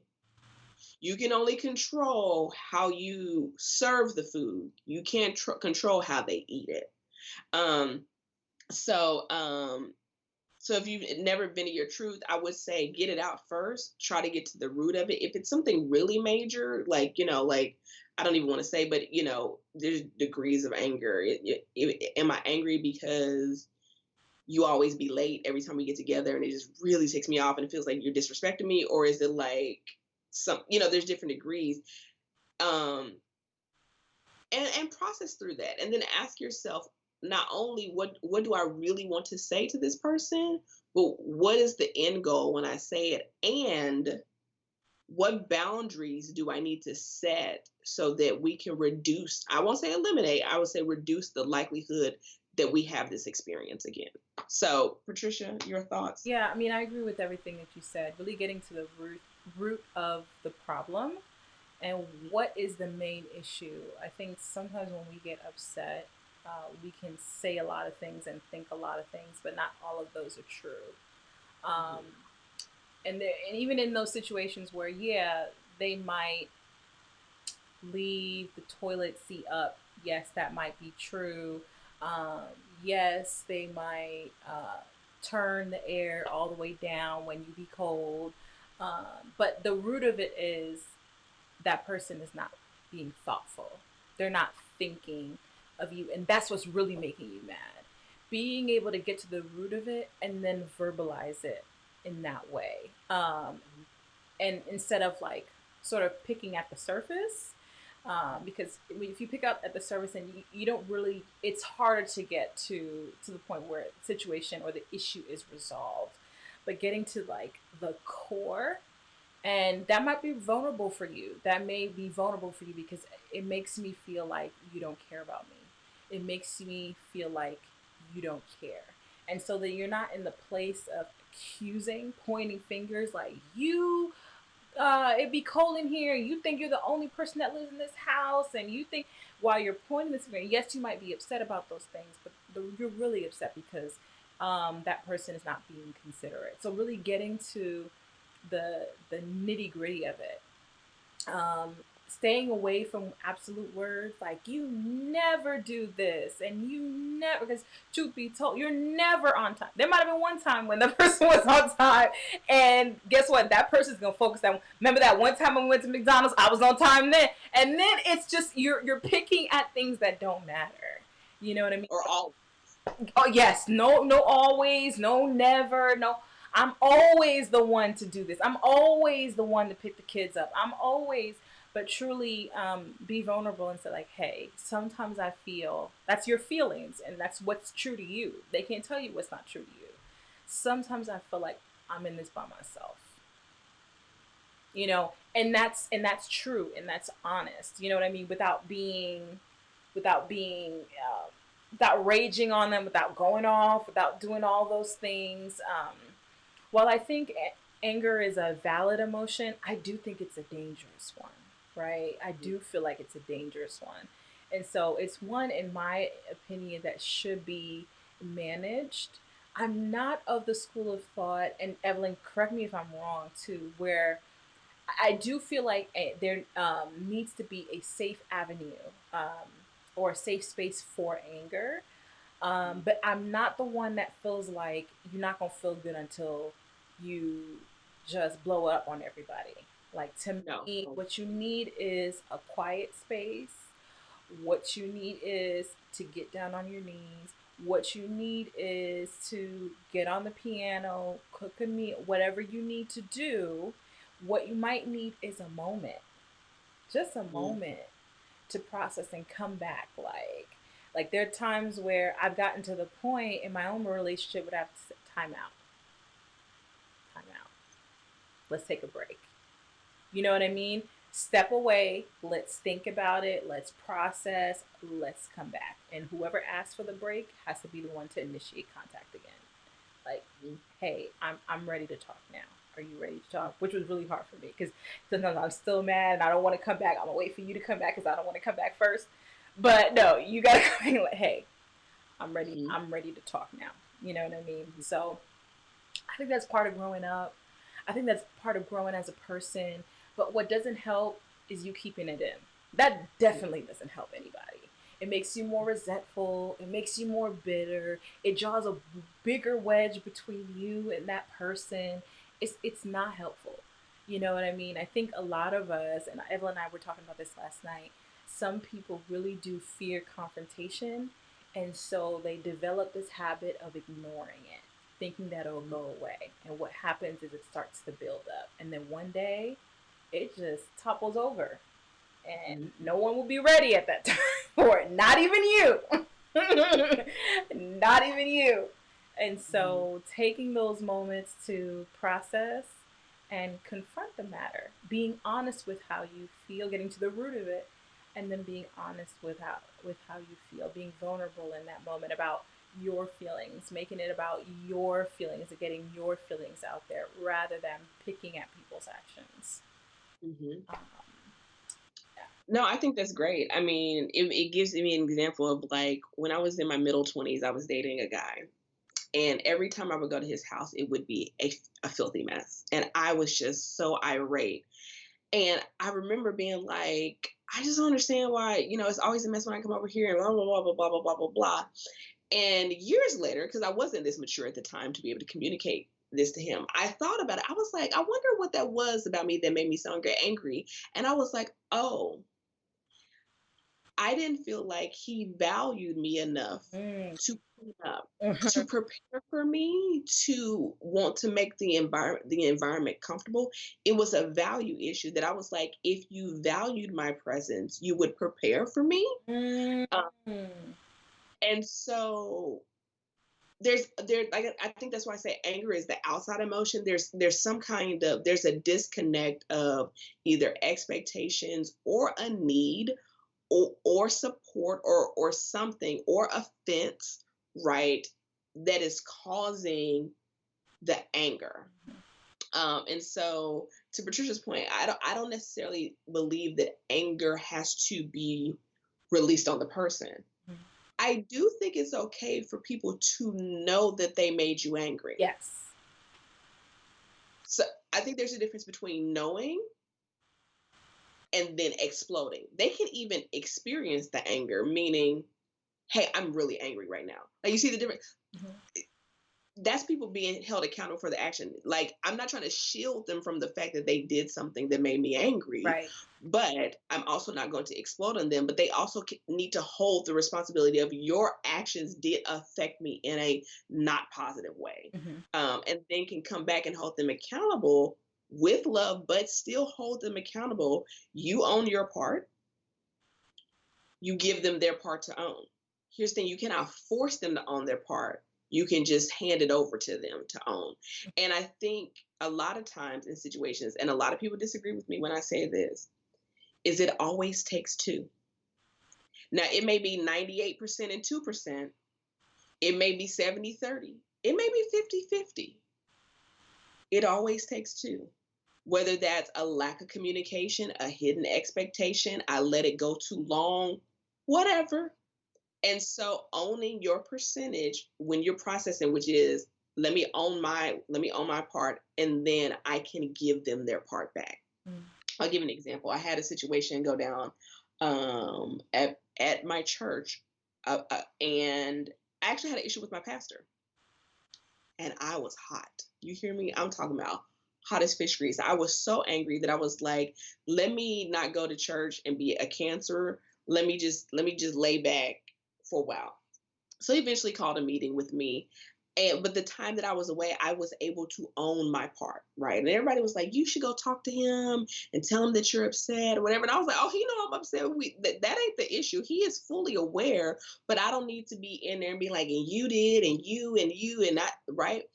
And so by the time we were able to have a conversation, I could very effectively say, "Hey, I did this. I did this. This is my part or whatever. And when you did this, and when you said this, and when you said that, it made me feel X, Y." It was the smoothest.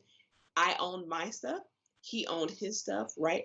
And everybody's good. Like, there's no bad, like, everything is good. But I had to take the time away. I did not shield him from the fact that I was upset. He knew, okay? He had to hold that. But um, I had to process my anger away. So, She said she realized that she fears confrontation. Hey, Riri Marie. usually the fear of confrontation is really a fear of rejection. That if I tell you that I was displeased with you, you won't want me around anymore, Mm. or you won't fill in the blank. It's usually, You I won't always say, care. ask the question, huh? You won't care. You won't care. You won't care. You won't accept me. You won't treat me the same. You won't want to be my friend anymore. You won't want to be in a relationship with me anymore. um that's usually, I won't say, I'm not a therapist, so I'm not going to say it all the time, but a lot of the time, um or I won't even say a lot, I don't know that to be 100% true, I'm going to say some of the time. That's the place. She says, yes, we'll try writing. I don't know how to wrap the truth in love, as often my tone changes and I can't control in the moment, so it's often safer I don't say anything. Yeah, I would say I'm still learning to wrap the truth in love. Becomes easier if I take a moment.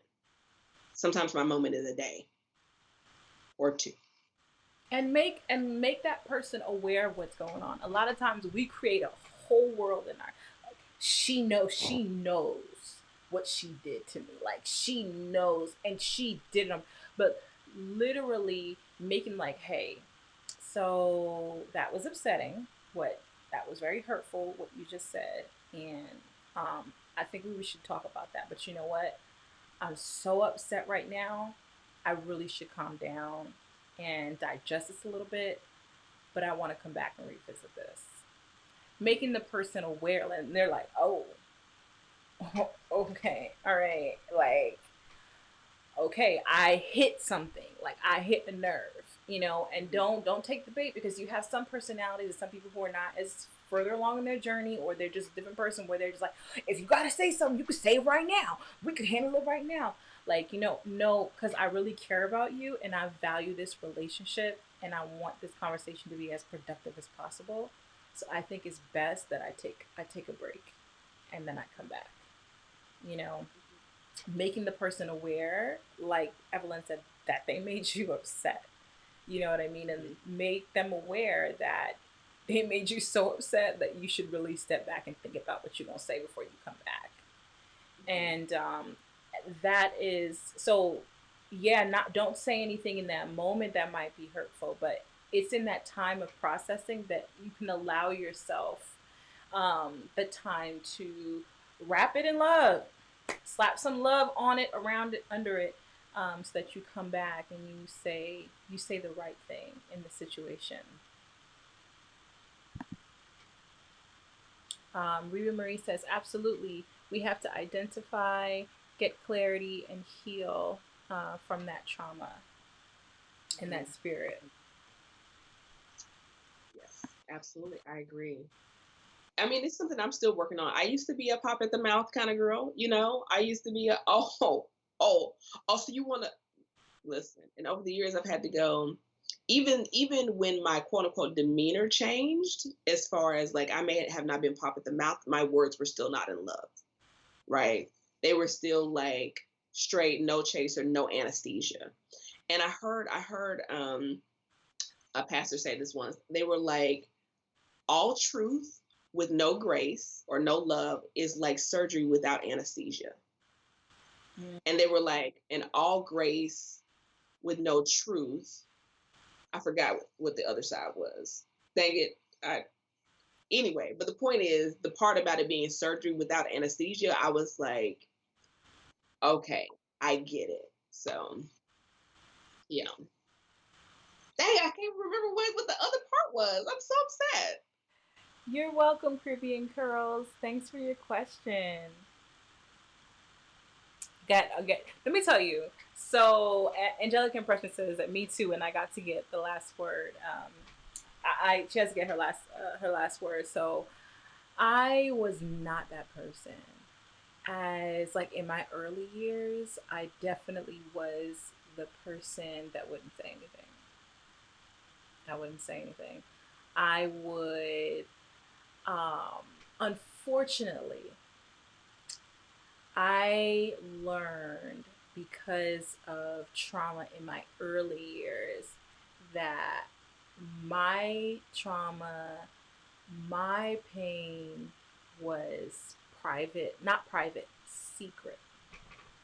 And because of that reason, if someone hurt me, it wasn't for me to make them aware of.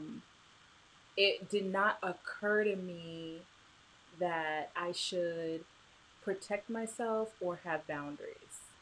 Um, Life happened to me. Life happened to me. And I was a victim of life. That was my sort of framing, if I could put it in words, in earlier in my life. And then I think as I got a little bit older, I was like, no, I'm snatching everything back. I'm taking everything back the devil stole from me. So then it became far extreme because I viewed that like little girl Patricia as vulnerable, which at the time I viewed as a negative thing. Vulnerable to hurt, vulnerable to pain. So I'm going to build up walls around myself so that people cannot get in. But guess what? It's still secret because I'm on the inside by myself. You know what I mean? And so I became the exact opposite, where it's like I'm standing up for me because nobody else is going to do it. I'm not going to let people talk to me any kind of way. I'm not going to do this. I'm not going to do that, because that's what I felt like I had to do, right? I had to become the opposite. That to me was what strength was. What I was what weakness is. But then I learned, my dad told me one day, and I will never forget. It's one of the things my dad has told me I'll never forget. And he said, Patricia, I was having a situation with someone, and I was like, she's wrong, Dad. Like, she's wrong. She did me dirty. Like, she is wrong and dead wrong. And my dad said, sometimes there's strength. Sometimes the harder thing and the stronger thing and the wiser thing is being quiet. And he said, your perspective changes when the motivation is to preserve the relationship rather than being right or the other person being wrong. And it's one of the things that I'll never, especially the front half of it, because at the time I very much was like, the louder that I am, the stronger that I am, the more powerful I am. I have to preserve my presence because I will be overlooked. I have to remind people that I'm sitting here because I will be overlooked. And I think after growing out of that season, I realized, I think I've sort of headed more to a wiser place where now I sit back and I listen first before I speak. And I realize that I shouldn't have something to say always. And that not everything deserves or needs a response. And though my opinion is valid, it doesn't need to be exposed in every situation or vocalized in every situation. That there is a good time for that, and then there's a bad time for that. And navigating that space and making mistakes along the way where it's like, oh, I really shouldn't have said that. Oh, obviously she wasn't ready to hear that, and stuff like that. But realizing, yes, Miss Carter's secret, that was me. But yeah, realizing that I didn't need to stomp and to scream and to wave my hands and all of that to be strong, to be powerful, um, to not be taken advantage of, but to realize that standing in my womanhood, having boundaries, um, that I can demand that same respect, demand that same, I don't want to call it reverence, but that same respect in a way, um, without doing all that extraness. How do you guys deal with or handle people who never allow you to express your feelings and emotions during a conversation? Do you just accept as this is? How is do you accept this how it is, or do you just avoid interaction? Mm. Would you like to go first, Patricia? Mm. um, I don't accept it how it is, Yeah. at all. And if I have to, it's both. And if I have to avoid interaction, then I do. And that is no one's gonna shut me up. No one's gonna. My voice is important. My voice is valuable, and I have this issue too because I'm so careful with my words. When I'm ready to give it, like, you better be ready to listen. Like, that's how I am. Like, you better be ready to listen. And sometimes, angelic impression, sometimes people don't even realize it, because you have some personalities where they just gotta get it out. They just have to get it out. And what I'll do is I'll be patient. I'm like, all right, when they start to wrap it up, then I'll be like, okay. And then I'll give my piece. And if they try to come, I was like, well, wait, but I listened to your complete thought without interruption. I'd like the same respect. And usually, 9 times out of 10, that will dead it right there. And sometimes they Mhm. can't help it. They'll come back and I say, well, wait though. I listen. Remember, I listened to your complete thought without interruption. I'd like the same respect. And honestly, that usually does it. But if you encounter a person, and I'm queen of this, okay? Ask anybody who knows me. I'm queen of this. If it does not work, this is my classic line. My husband can even tell you this. I'm sorry, but this conversation is no longer productive. And so I'd like to end it right here. And I walk away. This is it. Because I'm not going to be somebody's punching bag. That's my sister calling. I'm not gonna be somebody's punching bag. I'm not gonna sit here and let you just keep on going, keep on going, never let me get in it, a word in edgewise. No, I'm gonna end this conversation because it's not productive. Okay, you think this? You think this is a classroom? You gonna sit here and lecture me? I'm not a child. You don't lecture me. And so if this is not a conversation, exit left. That's what I'm gonna do. That's how I feel about it. I will say this, I have experienced this recently, and sometimes it looks even differently. Like it could be a person who not only is not letting you express their emotions, they just don't want to talk about it at all. Mm. Um, and so I will say this, a conversation is a two-way street. Yep. Communication is a two-way street. And so I will go as far as to say if this is a pattern, sometimes there's one-off situation, doesn't make them right, but there's a difference between this happened once and this is a habitual occurrence. I would, in my non-licensed mind, I view that as emotional abuse. You're, Mm-hmm. you're suffocating me emotionally. For me not to be able to express to you how your thoughts, your words, your deeds, whatever affected me.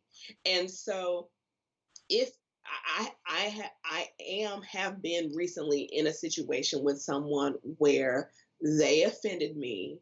I wanted to express my emotions to them, and they said they did not want to have a conversation, right?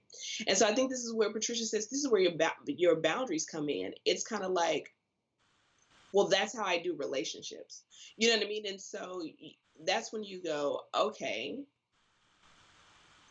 um, how does that work? Like, if we have now, let me before I go further, let me say this to Patricia's point earlier. You don't always everything doesn't always have to be addressed. Some things you go, do I is it really important enough for me to address it, or does this need to be addressed this way right now? Are they ready? If they are not ripe to receive it, you're gonna have a fight on your hands. Okay. But if you feel like, hey, I think they're right, and I think this is where the truth and love comes in, because sometimes we want to say what we want to say when we want to say it, regardless if the person is ready to hear it. And that's That is when self-serving. right. That's self-serving. That's not about them. That's about you.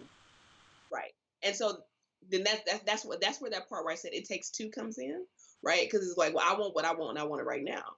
Whereas they may be ready to hear you, they just may not be ready right now, right? And so you get to decide how you want to proceed. If it's I don't think they're ready today, but at some point we're going to revisit this. Okay, then you do that. If it's this happens all the time, and they are not giving me a mechanism for how to give them feedback, that's a different conversation. I mean, I've even asked people in the workplace who didn't know, like, let's say like in the workplace, right? I've asked people like, what's your preferred method of feedback? Because then because they can't say none, Mm-hmm. right? What's your preferred method of feedback? Do you like written feedback? Do you like verbal feedback? Do you want a private meeting? Do you like in the moment feedback? What's your preferred method of feedback? And because in a relationship, I've got to be able to give you feedback. So just like I can give you compliments, I've got to be able to give you feedback. Um, so if you find yourself in a situation where one of those people, or maybe they are venting, right? And when they're done, maybe you could ask them, hey, I have some things I want to share with you, and I know maybe we have experienced some times where, it hasn't gone as well. How do you like to be communicated with? One, that's going to stop people in their tracks. But two, it's like, okay. And so you can know going forward, maybe they're not, maybe they are a give it in the remote moment kind of person, but they're not a receive it in the moment kind of person. But I think that's learning people, right? Some people are like, write it down. Give me a letter, put it in a note. And you're like, okay, I much rather talk about it. But if you want a letter, because if my goal, to Patricia's point, is not to be right, but to reconcile, Mm-hmm. then I'm willing to look at the way that you best receive it Mm-hmm. versus the way I want to give it. It's Mm-hmm. almost like a love language. It's almost like you need to know people's conflict language. You know what I mean? I am a tell me right now kind of person. Tell me right now. However, if you're not a tell it right now kind of person, I'll wait, but just don't not tell me. Yeah.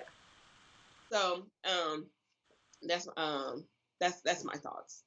Yeah, I think a lot of times that individuals who don't allow you to express yourself are being controlling. absolutely. Yeah.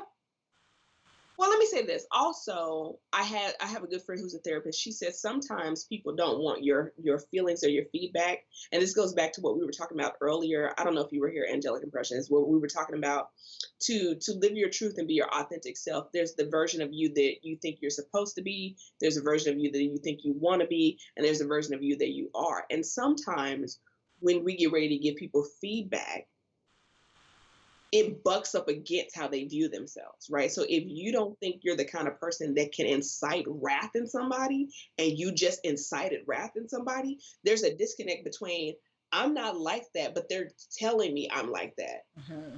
You may not be like that all the time, but you just did something like that, right? So sometimes it's less control and it's more so they can't even stand the fact that their perception of themselves is about to be challenged.